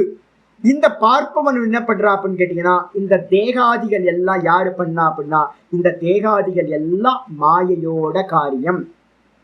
இது எல்லாத்தையும் பண்ணது வந்து பாத்தீங்கன்னா மாயா பண்ணுச்சு. மாயா பண்ணதுல வந்து பாத்தீங்க அப்படின்னா இந்த ரிஃப்ளெக்ஷன் கான்சியஸ்னஸ் என்ன ஆகுதுன்னா, அந்த மாயாவோ பண்ணது எதெல்லாம் பண்ணுச்சு மாயா அப்படின்னா, இந்த புத்தியை பண்ணுச்சு, மனசை பண்ணுச்சு, இந்திரியங்களை பண்ணுச்சு, இந்த தேகத்தை பண்ணுச்சு, இந்த ஜெகத்தை எல்லாத்தையும் இந்த மாயை என்ன பண்ணுச்சு அப்படின்னு கேட்டீங்கன்னா கிரியேட் பண்ணுச்சு. அந்த கிரியேட் பண்ணதுல இந்த நான் அப்படின்ற அந்த சுத்த சைத்தன்யம் இருக்க பிரம்ம தத்துவம் அது என்ன பண்ணுது அப்படின்னா அந்த புத்தியில ரிஃப்ளெக்ட் ஆகுது, மனசுல ரிஃப்ளெக்ட் ஆகுது, புத்தியில அந்த இந்திரியங்கள்ல ரிஃப்ளெக்ட் ஆகுது, தேகத்துல ரிஃப்ளெக்ட் ஆகுது, இந்த ஜெகத்துல எல்லாத்துலயும் ரிஃப்ளெக்ட் ஆகுது. ரிஃப்ளெக்ட் ஆன மாத்திரத்துல நம்ம நினைச்சுக்கிறோம் வானத்துல இருக்கிற அந்த சந்திரனை விட்டுட்டு ஜலபாத்திரத்துல இருக்கிற அந்த தனித்தனி சந்திரன் இருக்கே, கோடிக்கணக்கான ஜலபாத்திரங்கள்ல கோடிக்கணக்கான பிரதிபிம்பங்கள் உண்டாகுது. நம்ம நினைச்சுக்கிட்டோம் நான் வேற நான் வேற நான் வேற நீங்க வேற நான் வேற அப்படின்னு. எல்லாரும் தனித்தனியா அந்த ஜலபாத்திரத்துல இருக்கிற ஜலத்தையும் அந்த கடத்தையும் நம்ம என்ன பண்ணிட்டோம், பானையையும் நான் அப்படின்னு நினைச்சுக்கிட்டோம். அதே மாதிரி இந்த தேகம் நான், இந்த தேகத்துக்குள்ளார இருக்கிற அந்த கரணம் நான், அந்த அந்த கரணத்துல இருக்கிற சைத்தன்யம் நான் அப்படின்னு எல்லாத்தையும் ஒன்னா போட்டு கலந்து கட்டி வச்சிருக்கோம். வாஸ்தவத்துல நான் யாரு அப்படின்னா வெறும் ரிஃப்ளெக்ஷன் கான்சியஸ்னஸ், வெறும் அறிவு. இதுக்கப்புறம் இதுக்கு அந்நியமா இருக்கிறது எது அப்படின்னா இந்த தேகாதிகள் எல்லாம் வந்து பாத்தீங்கன்னா வெறும் மாயையினால் பண்ணப்பட்டது. இத தெரியாம நம்ம என்ன பண்ணிட்டோம் அப்படின்னா சிங்க் பண்ணிட்டோம். இதுக்கு என்ன பேர் சுவாமி அப்படின்னா சாஸ்திரத்துல சொல்றோம் சித்து ஜட கிரந்தின்னு பேர் இருக்கு. சித்து ஜட கிரந்தின்னு பேரு. யோகத்துல இதுக்கு என்ன பேரு அப்படின்னு கேட்டீங்கன்னா திரஷ்டு திருஷ்ய சம்யோகம் அப்படின்னு பேர். திரஷ்டு திருஷ்ய சம்யோகம். திரஷ்டுனா யாரு, பார்ப்பவன். திருஷ்யம்னா என்னது, பார்க்கப்படும் வஸ்து. பார்ப்பவனையும் பார்க்கப்படும் வஸ்துவையும் சம்யோகம் அப்படின்னா இணைச்சு வச்சிருக்கோம். இந்த இணைச்சு வச்சிருக்கிறது தான் சம்சாரம். இப்ப நம்ம என்ன பண்ண போறோம் அப்படின்னா அந்த 3வது அத்தியாயம் 27வது ஸ்லோகம் சொல்லுது, பிரகிருதே கிரியமானானி குணைகி கர்மாணி சர்வசக. இந்த உலகத்துல நடக்கிற எல்லா கர்மங்களும் யாரு பண்றா அப்படின்னா பிரகிருதியோட 3 குணங்கள் செய்கின்றன. யார் பண்றா, எல்லா கர்மமும் கண்ணை எமைக்கிறதுல இருந்து ஆரம்பிச்சு இந்த சுவாசம் போயிட்டு இருக்கிறதுல இருந்து ஆரம்பிச்சு இந்த உலகத்துல இருக்கிற சர்வமும் வந்து பாத்தீங்க அப்படின்னா குணங்களோட காரியம். க்ஷிப்ர பரிணாமினி, இந்த குணங்கள் எப்படிப்பட்டது அப்படின்னா சதா காலமும் அசைஞ்சுக்கிட்டே இருக்கிறது. சதா காலமும் இந்த குணங்கள் சஞ்சலிச்சுக்கிட்டே இருக்கும். அந்த குணங்கள் பாத்தீங்கன்னா சஞ்சலிக்கிறதுனால இந்த மொத்த உலகமும் குணத்தோட காரியம். அப்ப இந்த மொத்த உலகமும் பாத்தீங்கன்னா சதா காலமும் சலிச்சுக்கிட்டே இருக்கு, ஆக்ஷன்லயே இருக்கு, அசைஞ்சுக்கிட்டே இருக்கு. அப்ப யாரு பண்றா அப்படின்னு கேட்டா அந்த மொத்த உலகத்தையும் அசைய பண்றது யாரு? குணங்கள். அந்த ஆக்ஷன் நம்மளிடத்துல நடக்கும் போது நம்ம என்ன பண்றோம்? கர்மான்னு நம்ம சொல்றோம். அப்போ இந்திரியங்கள் அசையுது, மனசு அசையுது, புத்தி அசையுது, இந்த தேகம் அசைகிறது. இதை எல்லாத்தையும் நம்ம என்ன பண்ணிட்டோம்னா குணங்கள் பண்றது. ஆனா நம்ம என்ன பண்ணிட்டோம்? நான் பண்ணுகின்றேன் அப்படின்னு பார்க்கின்றவனா இருக்கிற நான என்ன பண்ணிட்டேன்? இந்த தேகத்தோட சிங்க் பண்ணி இணைச்சு வச்சு நான் பண்றேன் அப்படின்னு நம்ம நினைக்க ஆரம்பிச்சிட்டோம். வாஸ்தவத்தை யார் பண்றா? இது எல்லாத்தையும் குணங்கள் செய்கின்றன. ஆனா நம்ம என்ன பண்ணிட்டோம்? அகங்கார விமூடாத்மா. நமக்கு பாத்தீங்கன்னா அதை உட்கார்ந்து அவதாரம் பண்ண முடியல. இதுக்குதான் பாத்தீங்கன்னா முதல்ல உள்ள நுழையும் போதே நம்ம ஒரு கண்டிஷன் வைக்கிறோம். என்னன்னு கேட்டீங்கன்னா, இந்த ஞானத்துக்கு வரணும் அப்படின்னா சமம், தமம், உபரதி, திதிக்ஷா, ஸ்ரத்தா, சமாதானம் அப்படின்னு குவாலிட்டிஸ் எல்லாம் சொல்றோம். விவேக, வைராக்கியம், சாதன சதுஷ்ட சம்பன்னக அப்படின்னு நம்ம சொல்றோம். சாதன சதுஷ்டயம் எதுக்கு இருக்கு அப்படின்னு கேட்டீங்கன்னா, உட்கார்ந்து பொறுமையா என்ன என்ன நடக்குது அப்படின்னு பாக்குறதுக்கு ஒரு பொறுமை இருக்கணும். மனசு பாத்தீங்கன்னா பரபரன்னு இருந்துச்சுன்னு வச்சுங்களேன், என்ன நடக்குதுன்னு நமக்கு புரியாது. ரஜோகுணம் இருந்துச்சு அப்படின்னா என்ன ஆகும்? நம்ம அடிச்சுக்கிட்டு போயிட்டே இருப்போம், நம்ம கர்மங்கள் பண்ணிக்கிட்டே இருக்கிறோம், நம்ம பின்னாடி என்ன நடந்துகிட்டு இருக்குன்னே பிரிக்க முடியல. அதனால என்ன ஆயிடுது அப்படின்னு கேட்டீங்கன்னா, சிங்கானதை பிரிக்கிறதுக்கான சாமர்த்தியம் நமக்கு இல்லவே இல்லை. அப்ப நம்ம என்ன பண்றோம்? விமூடாத்மாவா இருக்கும், பிரிச்சறிய முடியாத முட்டாளா நம்ம இருக்கோம். அப்படி இருந்துகிட்டு நம்ம என்ன பண்றோம்? அகங்காரத்தோட, அகங்கார விமூடாத்மா. அகங்காரம் அர்த்தம் கர்த்தா அகமிதி மன்யது. என்ன பண்றான் அப்படின்னா நான் கர்த்தா, நான் கர்த்தா, நான் கர்த்தா. யார் பேசுறா? இந்த வாய் பேசுகின்றது. பரமஹம்சானந்தானா நான் எதையும் பண்ணல, ஆனா நான் என்ன பண்றேன் அப்படின்னு கேட்டீங்கன்னா நான் பாடம் நடத்துறேன் அப்படின்னு பாத்தீங்கன்னா எனக்குள்ளார கர்த்திருவம் வந்துடும். யார் பாடம் பண்றா? இதை யார் பேசுறா? வாக்கு பேசுகின்றது, நான் பார்க்கிறேன். பரமஹம்சானந்தாவா இருக்கிறவன் பார்க்கிறான். மனசு சிந்திக்கிறது, அதை பார்க்கிறேன் நான். கண்கள் பார்க்கின்றேன், அதை நான் பார்க்கிறேன். காதுகள் கேட்கின்றது, அதனை நான் பார்க்கிறேன்.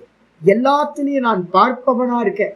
ஆனா நான் என்ன பண்ணிட்டேன் அப்படின்னு கேட்டேன்னா, அதோட சேர்ந்து அது பண்ற எல்லாத்தையும் நான் பண்றேன்னு தூக்கி எனக்கு மேல போட்டுக்கிறேன். இதுக்கு பேர் தான் எனது முட்டாள் தன்மைன்னு பேரு, மூர்க்கத்தன்மைன்னு பேரு.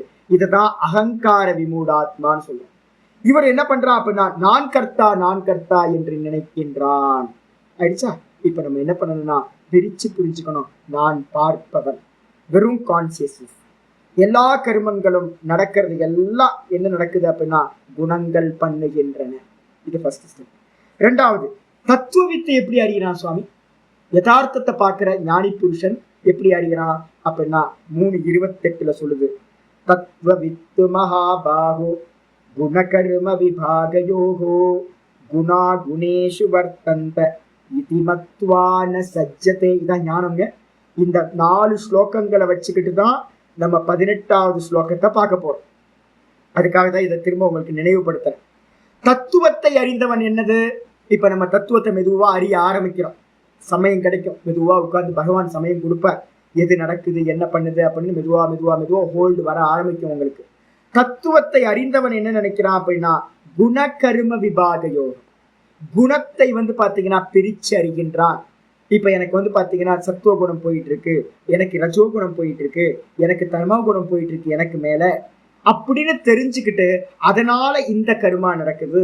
சத்துவகுணத்தோட கர்மா இப்ப நடந்துகிட்டு இருக்கு, தமோ குணத்தோட கர்மா இப்ப நடந்துகிட்டு இருக்கு, ரஜோகுணத்தோட கர்மா நடந்துகிட்டு இருக்கு, நான் செய்யவில்லை அப்படின்னு குணத்தையும் கர்மங்களையும் பாத்தீங்கன்னா பிரிச்சு அறிஞ்சு அப்ப கரெக்டா புரிஞ்சுக்கிறது. சத்துவம் என்ன பண்ணும் பின்னாடி படிக்க போறோம். 13, 14, 15, 16, 17, 18ன்னு ஞானமே அதுதான்.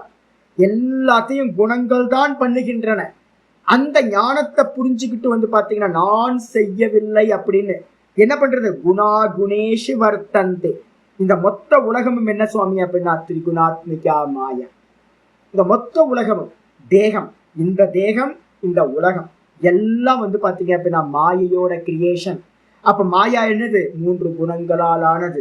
அப்ப இந்த 3 குணங்களால் ஆன இந்த உலகத்துல இந்த தேகத்துல இருக்கக்கூடிய இந்திரிய, மனசு, புத்தி எல்லாம் என்னது? அதுவும் 3 குணங்களால் ஆனது. அப்ப வெளியில இருக்கிற எல்லா குணங்களோடையும் இந்த தேகத்துல இருக்கிற குணங்கள் என்ன பண்ணுது? ஒரு காரியம் பண்ணுது. அந்த காரியங்கள் நடக்குது, நான் பண்ணவில்லை. அப்ப குணங்களில் இயங்குகின்றன. அப்ப நான் பார்ப்பவன், நான் பார்ப்பவன், நான் பார்ப்பவன் எப்பவுமே மனசுல வச்சுக்கணும். நான் திரஷ்டா, நான் பார்ப்பவன் அப்படின்னு வந்து பாத்தீங்கன்னா இதிமத்துவா இந்த விதமா அறிந்து கொண்டு ந சஜ்ஜதே அவர்கள் கருமத்தோடு எந்த சம்பந்தத்தையும் அடைவதில்லை, பந்தப்படுவதில்லை. அப்ப தத்துவத்தை அறிஞ்சவங்க, நம்ம எல்லாம் தத்துவத்தை அறிஞ்சு கர்மத்துல இருந்து விடுபடணும் அப்படின்னா என்ன பண்ணணும்? இதை பிரிச்சு அறிந்து கொள்ள வேண்டும். சொன்னதுக்கு பிறகு வந்து பாத்தீங்கன்னா 29வது ஸ்லோகத்துல ஆச்சாரியர் 3:29 சொன்னார். பிரகிருதே குண சம்மூடாஹ சஜ்ஜந்தே குண கர்மசு தான கிருத்ஸ்னவிதோ மந்தான் கிருத்ஸ்னவின்ன விசாலயேத். ரொம்ப அற்புதமான ஸ்லோகம். பிரகிருதே குண சம்மூடாஹ, யாரெல்லாம் வந்து பாத்தீங்கன்னா பிரகிருதியோட குணங்கள்ல பிரிச்சு அறிய முடியாம என்ன பண்றாங்க அப்படின்னா அதோட மோகத்தை அடைந்து, மகாமோகினி மாயா தானே, மகாமோகினி எல்லாத்தையும் மோகம் அடைய பண்றா. அந்த குணங்களை வச்சுக்கிட்டு அந்த குணங்களால வந்து பாத்தீங்கன்னா யாரெல்லாம் வந்து பாத்தீங்கன்னா சம்மூடாக அந்த குணங்களால் வந்து பாத்தீங்கன்னா மோகத்தை அடைந்தவர்களா இருக்கிறார்களோ அவர்கள் என்ன பண்றாங்கன்னா குணகர்மசு சஜ்ஜந்தி, குணங்களோடும் குணத்தோட கருமங்களோடும் என்ன பண்றாங்க அப்படின்னா பந்தப்படுகிறார்கள், சம்பந்தத்தை அடைஞ்சிடுறாங்க. அடைஞ்சிட்டு வந்து பாத்தீங்கன்னா தான் அகிருத்ஸ்னவின்னா விதோ, அவங்களை என்ன எடுக்கணும் அப்படின்னா ஆச்சரிய சொல்றார், பூரணமா அறியாதவர்கள். இதான் முக்கியமான வார்த்தை. இப்ப நம்ம என்ன பண்ண போறோம்? இந்த குணத்தையும் கருமத்தையும் பூரணமாக அறியாதவர்கள். அப்ப நம்ம என்ன பண்ண போறோம்? போத்தவ்யம்னு இப்ப நம்ம 17வது ஸ்லோகத்துல பார்த்தோம்ல. அப்ப என்ன பண்ணணும்னா முழுசா தெரிஞ்சுக்கணும். கர்மம்னா என்ன கண்டிப்பா நல்லா தெரிஞ்சுக்கணும், அதோட சித்தாந்தத்தை. அதான் இங்க சொல்றாரு, யாரெல்லாம் இந்த குணகர்மத்தை பிரிச்சு பார்க்காம பந்தப்பட்டாங்களோ அவர்கள் அறிவு வந்து எப்படிப்பட்டது அப்படின்னு கேட்டீங்கன்னா அவர்கள் முழுமையான அறிவை அடையாதவர்கள். அகிருத்ஸ்னவிதகன என்ன அர்த்தம் அப்படின்னா பூரணமா நாலேஜ் இல்லாதவங்க. அது மட்டும் இல்ல, மந்தான் என்ன அர்த்தம்? மந்த புத்தி இருக்கிறவங்க, பிரிச்சு அறிய முடியல. அவங்க வந்து பாத்தீங்கன்னா என்ன பண்றாங்க? இந்த உலகத்துல நிறைய கர்மத்தை பண்ணிட்டு இருக்காங்க. எல்லாரும் வந்து பாத்தீங்க அப்படின்னா புரியாமையே கர்மத்தை பண்றாங்க. கர்மத்தினால வந்து பாத்தீங்கன்னா பந்தப்பட்டுக்கிட்டே இருக்கிறாங்க, திரும்ப திரும்ப ஜென்மத்தை எடுத்துக்கிட்டே இருக்கிறாங்க. அப்ப அவங்களை என்ன பண்ணக்கூடாதுன்னா இப்ப அவங்கள போய் டிஸ்டர்ப் பண்ணவே பண்ணாதீங்க. வேதாந்தம் படிச்சீங்க அப்படின்னா உள்ளுக்குள்ளார கியூரியாசிட்டி உண்டாகும், யார்ட்டையாவது போய் சொல்லணும், எங்கேயாவது பிடிச்சி யாரையாவது பிடிச்சி சொல்லணும். பேசாம மௌனமா இருங்க. ஏன்னு கேட்டீங்கன்னா உலகம் அது போக்குல போயிட்டு இருக்கு. நீங்க போய் ஏதாவது டிஸ்டர்ப் பண்ணீங்கன்னா உங்களையும் இழுத்துக்கிட்டு போயிடும், நீங்க டிஸ்டர்ப் ஆயிடுவீங்க. அதனால உலகத்துல இருக்கிற யாரையும் திருத்த முடியாது. அதனால வந்து பாத்தீங்கன்னா அவன் வாசனைப்படிதான் போவான். யாரையும் தடுத்து நிப்பாட்டுறதுனால கேட்க மாட்டான். அவனுக்கு புத்தி இல்லை, என்ன பண்ணணும்னு தெரியாது, என்ன பண்ணக்கூடாதுன்னு தெரியாது, எது முக்கியம்னு தெரியாது, எது முக்கியம் இல்லைன்னு தெரியாது. நம்மளோட கிளாஸ்லயே நமக்கே நிறைய மோகம் நடக்கும். நல்ல பகவத்கீதை கிளாஸ் எதுக்காக காலையில வச்சிருக்கு தெரியுங்களா உங்களுக்கு? ரொம்ப டிஸ்டர்பன்ஸ் இல்லாத டைம் இது. இந்த உலகத்துக்காக வந்து பாத்தீங்கன்னா 9 மணிக்கு மேல இந்த உலகத்துக்காக சமயம் கொடுங்க அப்படின்னு தான் நான் காலையிலேயே கிளாஸை வச்சிருக்கிறது. அப்ப இதுல டிஸ்டர்ப் பண்ணாம நம்ம போக முடியும். ஆனா நமக்கு என்ன வரும்னு கேட்டீங்கன்னா நம்ம கிளாஸ் அட்டென்ட் பண்றதா இல்ல வந்து பாத்தீங்கன்னா வேற கர்மா பண்றதா அப்படின்னு எல்லாத்துக்குள்ளாரையும் எது பண்ணணும் எது பண்ணக்கூடாதுன்னு டவுட் வந்துகிட்டே இருக்கும். நம்ம என்ன பண்ணுவோம்? ஈஸியா கிளாஸை மிஸ் பண்ணிட்டு வேற ஏதாவது காரியத்தை பண்ணுவோம். அப்ப என்ன ஆகுது அப்படின்னு கேட்டீங்கன்னா எதை பண்ணணும் எதை பண்ணக்கூடாதுன்ற விஷயத்துல நமக்கு வந்து இது இல்லை, ஸ்ட்ராங் கன்விக்ஷன் இல்லை. அப்ப வந்து பாத்தீங்கன்னா நம்ம என்ன பண்ணணும்னு கேட்டீங்கன்னா வெளியில இருக்கிற யாரையும் நம்ம வந்து பாத்தீங்கன்னா இது பண்ண முடியாது. நமக்குள்ளார ஹோல்டு வரணும். கர்மத்தை பத்தின விஷயத்துல நமக்கு ஹோல்டு வரணும். என்னன்னு புரிதல் நல்லா நடக்கணும். அதனால வந்து பாத்தீங்க அப்படின்னா வெளியில போறவங்களை யாரையும் தடுத்து நிப்பாட்ட வேண்டாம். ந விசாலையே சொல்லியாச்சு. சொல்லிட்டு வந்து அடுத்த ஸ்லோகம், முக்கியமான ஸ்லோகம் 30வது ஸ்லோகம். முதல் ஸ்டெப் என்ன பண்ணீங்க அப்படின்னு கேட்டீங்கன்னா மகி சர்வாணி கருமான். 30வது ஸ்லோகம் 3:30 சொல்லுது.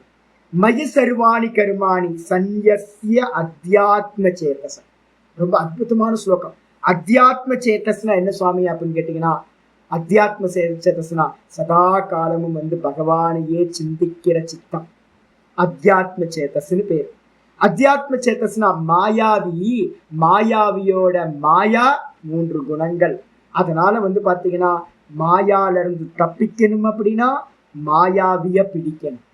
அந்த மாயாவியவே சதா காலமும் சிந்தனையில கொண்டு வரணும்.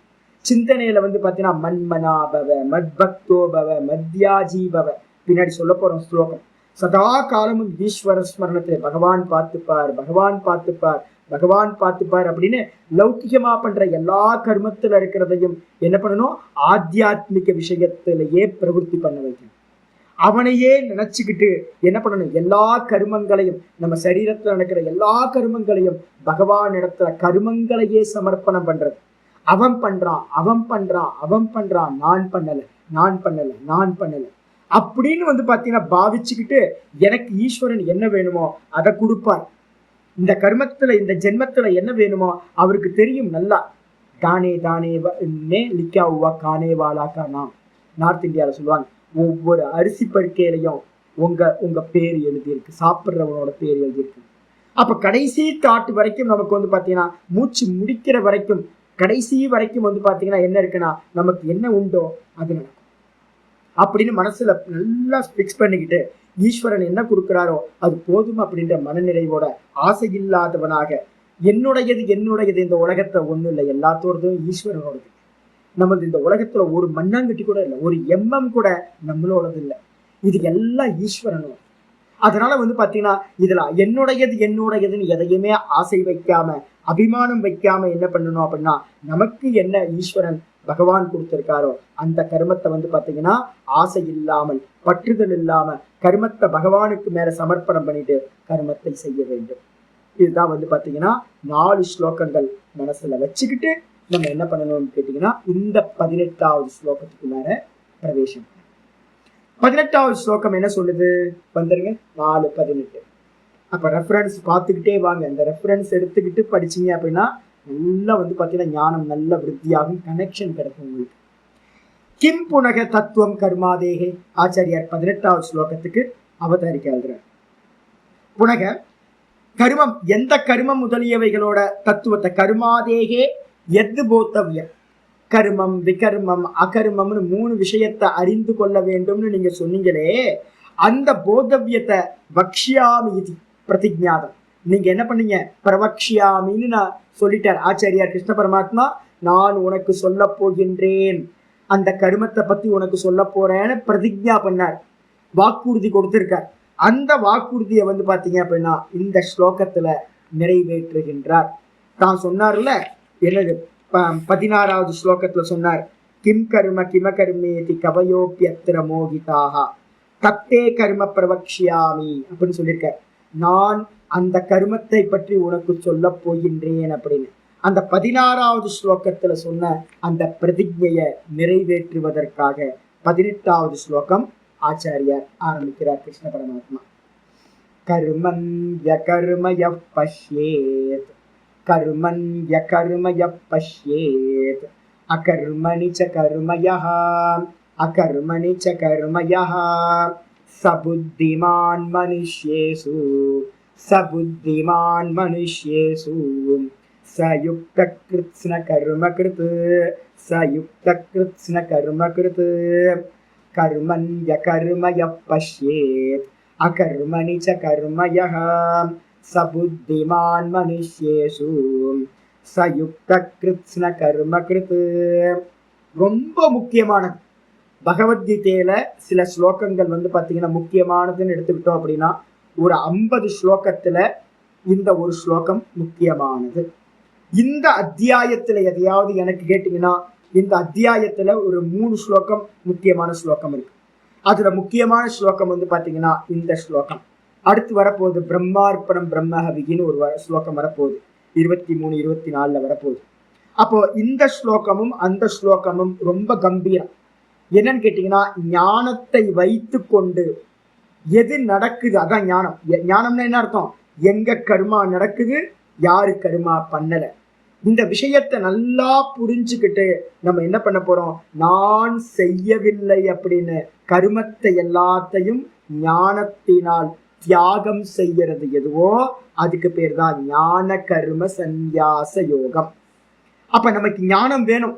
ஞானத்தினால பாத்தீங்கன்னா கர்மத்தை எல்லாத்தையும் என்ன சந்நியாசம் பண்ண போறோம். சந்நியாசம் எதுக்கு சுவாமி பண்ணணும்? சந்நியாசம்னு என்ன அர்த்தம்? தியாகம்னு அர்த்தம். நான் செய்யவில்லை, நான் செய்யவில்லை, நான் செய்யவில்லை அப்படி நான் செய்யவில்லைன்னு தியாகம் பண்றதுக்கு பேர் தான் கர்ம சந்நியாசம். எதை வச்சுக்கிட்டு பண்ண போறோம்? வார்த்தையால இல்ல, நல்லா புரிஞ்சு புரிஞ்சு புரிஞ்சு யாரு கர்மா பண்றா, யாரு கர்மா பண்ணல, நான் என்னவா இருக்கேன், இதை நல்லா புரிஞ்சு கர்மத்தை எல்லாத்தையும் பாத்தீங்கன்னா எல்லாம் குணம் பண்ணுகின்றது. திரிகுணங்கள் தான் கர்மத்தை பண்ணுகிறது. 3 குணங்கள். நான் செய்யவில்லை அப்படின்னு தியாகம் பண்றதுக்கு பேர் தான் ஞான கர்ம சந்நியாசம். ஆச்சா, அதுக்கான ஸ்லோகம் இதுதான், முக்கியமான ஸ்லோகம். கர்மணி ஆச்சாரியர் ஆரம்பிக்கிறார். யகன்னு ஒரு வார்த்தை இருக்குல்ல, யகனா எவனோ, நமக்குள்ளார யாரோ ஒருத்தர், நம்ம எல்லாருமே இருக்கலாம். மெதுவா மெதுவா இதை பிடிச்சுக்க போறோம். யக எவன் பார்த்தீங்கன்னா எந்த சாதகன், எந்த முமுட்சுவானவன். கர்மணி, கர்மணி அப்படின்னா கர்மங்களில் நம்ம பண்ற எல்லா கர்மத்திலையும் அகர்மை பஷ்யேத். அகர்மத்தை அப்படின்னா செயலின்மையை பார்க்கிறானோ, அகர்மத்தை பார்க்கிறானோ. அப்ப என்ன அர்த்தம்? பண்ணிக்கிட்டு இருக்கும் போதே பாத்தீங்கன்னா அகர்மத்தை பார்த்தல். எப்படி சுவாமி பண்ண முடியும் அப்படின்னு கேட்டீங்கன்னா, ஸ்கிரீன்ல பாத்தீங்கன்னா ஃபிலிம் ஸ்டார்ட் ஆயிடுச்சு. ஃபிலிம் பாத்தீங்கன்னா ஓடிக்கிட்டே இருக்கு. சலனச்சித்திரம் தானே பேரே. பாத்தீங்கன்னா சினிமாக்கு பேர் என்ன பேரு? சலனச்சித்திரம்னு பேர். அசைஞ்சுக்கிட்டே இருக்கு, ஆக்ஷன் நடந்துகிட்டே இருக்கு. ஹீரோ வரார், ஹீரோயினோட டான்ஸ் ஆடுறார், பாடுறார், ஆட்டம் போடுறார், சண்டை நடக்குது, ஆக்ஷன் நடக்குது, நிறைய காரியங்கள் நடந்துகிட்டு இருக்கு. ஆனா பாத்தீங்க அப்படின்னா அதுக்கு ஆதாரமா இருக்கிறது எது? ஸ்கிரீன். நம்ம ஸ்கிரீனை தான் பாத்தீங்கன்னா ஹீரோ, வில்லன், காமெடியன் எல்லாமா ஆக்ஷன் எல்லாத்தையும் அந்த ஸ்கிரீன்ல தான் பார்க்கிறோம். அப்படி பார்க்கும் போதே கூட பாத்தீங்கன்னா ஆக்ஷன் நடந்துகிட்டு இருக்கும் போது கூட ஸ்கிரீன் எப்படி இருக்கு? வாஸ்தவத்துல ஸ்கிரீன் எந்த ஆக்ஷனும் இல்லாம ஏக்க ரூபத்தில் அப்படியே தான் இருக்கு. ஸ்கிரீனுக்கு மேலதான் இந்த காட்சிகள், ஆக்ஷன் எல்லாமே சூப்பர் இம்போஸ் ஆகுது, ஏற்றி வைக்கப்பட்டதா இருக்கு, ஆரோப்பம் செய்யப்பட்டதா இருக்கு. அதே மாதிரி பாத்தீங்கன்னா நான் எப்படி இருக்கேன் அப்படின்னா, நான் பார்ப்பவனா இருக்கேன், வெறும் அறிவு, வெறும் கான்சியஸ்னஸா இருக்கேன். இந்த நானுக்கு மேல பாத்தீங்கன்னா இது புத்தி, மனசு, இந்திரியங்கள் எல்லாத்துலயும் இந்த பிராணசக்தி பாத்தீங்கன்னா உள்ள புகுந்து, இந்த பிராணசக்திக்கு பின்னாடி இருக்கக்கூடிய 3 குணங்கள் உள்ள புகுந்து இது எல்லாத்தையும் அசைச்சு பாக்குறதா இருக்கு. வாஸ்தவத்துல பாத்தீங்கன்னா அசைவு ஸ்கிரீன்ல இருக்கா அப்படின்னு கேட்டீங்கன்னா, ஸ்கிரீன்ல அசைவு இல்லவே இல்லை. ஸ்கிரீன் சதா காலம் ஏக்க ரூபத்திலேயே இருக்கு. எத்தனையோ பிலிம் பாத்தீங்கன்னா எத்தனையோ ஷோ போயிட்டே இருக்கு, நிறைய பிலிம் மாறிக்கிட்டே இருக்கு, நிறைய கிரியேஷன் போயிட்டே இருக்கு, நிறைய பர்த் எடுத்துக்கிட்டே இருக்கிறோம்.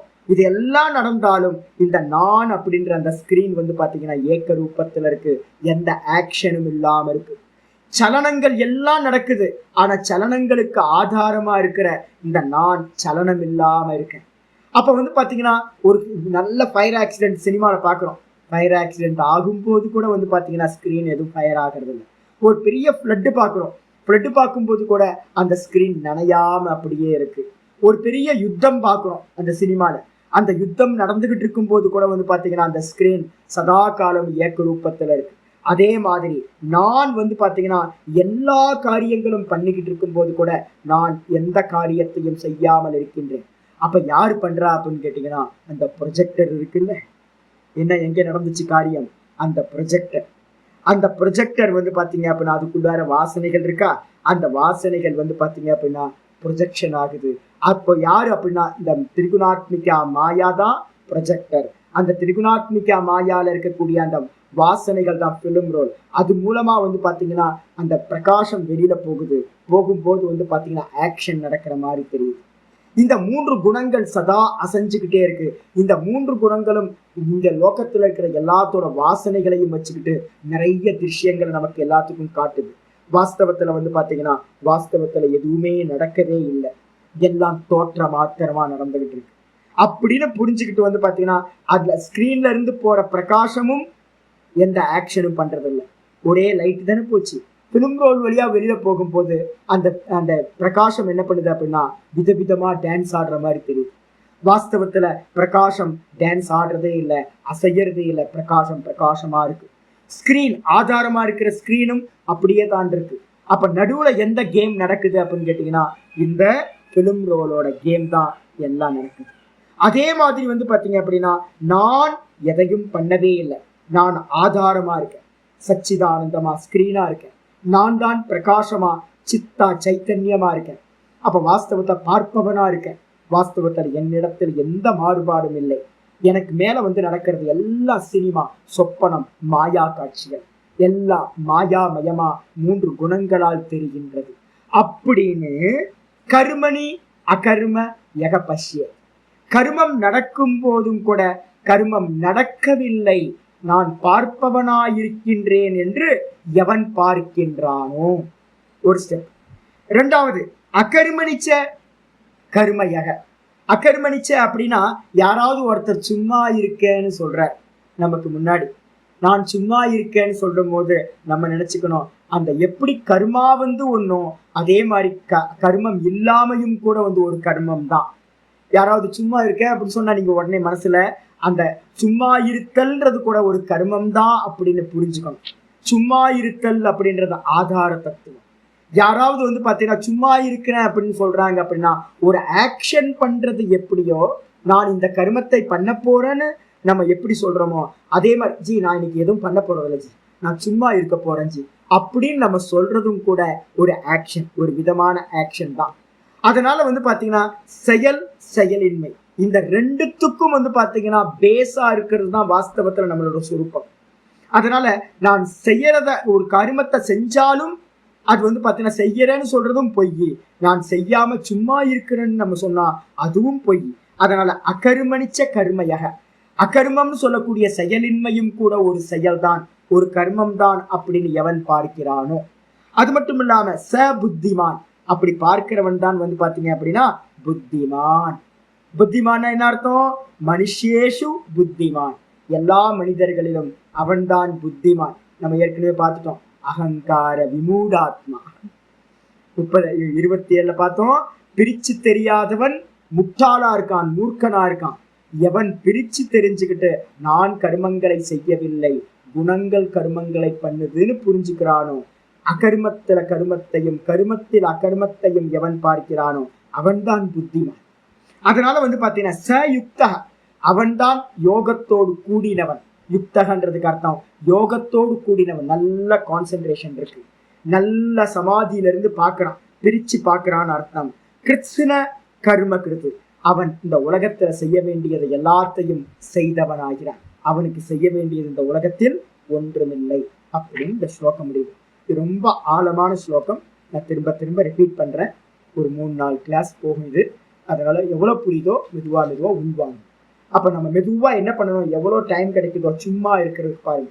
இருந்துக்கிட்டு சும்மா இருக்கிறதா இந்த சும்மா இருக்கிறத பாக்குறது, ஒரு ரிலாக்ஸா உட்கார்ந்துக்கிட்டு என்ன நடக்குது, யாரு பண்றா கேள்வி கேட்டுக்கிட்டே இருக்கு. எந்த கர்மா நடக்கும் போது யாரு பண்றான்னு பாத்தீங்கன்னா பார்க்கிறவன் வேற, காரியங்கள் பண்றது வேற. பண்ற காரியங்கள் எல்லாம் புத்தியில, மனசுல, இந்திரியங்கள்ல, தேகங்கள்ல நடக்குது. நான் யாரு அப்படின்னா பார்க்கிறவனா நான் இருக்கேன் அப்படின்னு மெதுவா அபியாசத்துல கூப்பிட்டு. ஓம் பூர்ணமத பூர்ணமிதம் பூர்ணாத் பூர்ணமுதச்யதே பூர்ணஸ்ய பூர்ணமாதாய பூர்ணமேவாவசிஷ்யதே. ஓம் சாந்தி சாந்தி சாந்தி. ஓம் கீதா சாஸ்திரமிதம் புண்ணியம் யः படேத் பிரயதத்துமான் விஷ்ணோ பதமவாப்னோதி வயசோகாதிவர்ஜிதः. கீதாத்யஜனசீலஸ்ய பிராணாயாம பரஸ்ய ச நைவ சந்தேஹி பாபானி பூர்வஜன்ம கிருதானி ச. மலநிர்மோச்சனம் பும்சாம் ஜலஸ்நானம் தினே தினே சகிருத் கீதாமிருசி ஸ்நானம் சம்சாரமலநாசனம். கீதாசு கீதா கர்த்தவ்யா கிமன்யை சாஸ்திர விஸ்தரைஹி யா ஸ்வயம் பத்மநாபஸ்ய முகபத்மாத் வினிஸ்ருதா. பாரதாமிருத சர்வஸ்வம் விஷ்ணோ வக்ராத் வினிஸ்ருதம். கீதா கங்கோதகம் பீத்வா புனர்ஜன்ம ந வித்யதே. சர்வோபனிஷதோ காவகதோக்தா கோபாலநந்தனः. பார்த்தோ வத்ச சுதீர்போக்தா துக்தம் கீதாமிருதம் மகத். ஏகம் சாஸ்திரம் தேவகீ புத்திர கீதம் ஏகோ தேவோ தேவகீ புத்திர ஏவ. ஏகோ மந்திரஸ்தஸ்ய நாமானி யானி கர்மாப்யேகம் தஸ்ய தேவஸ்ய சேவா. இது ஸ்ரீமத் பகவத்கீதா மகாத்மியம். सम्पूर्णम्।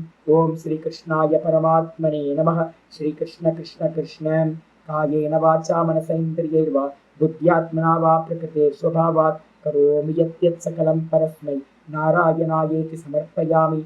ओम तत्सत् इति परब्रह्मार्पणमस्तु। हरि ओम हरि ओम हरि ओम हरि ओम।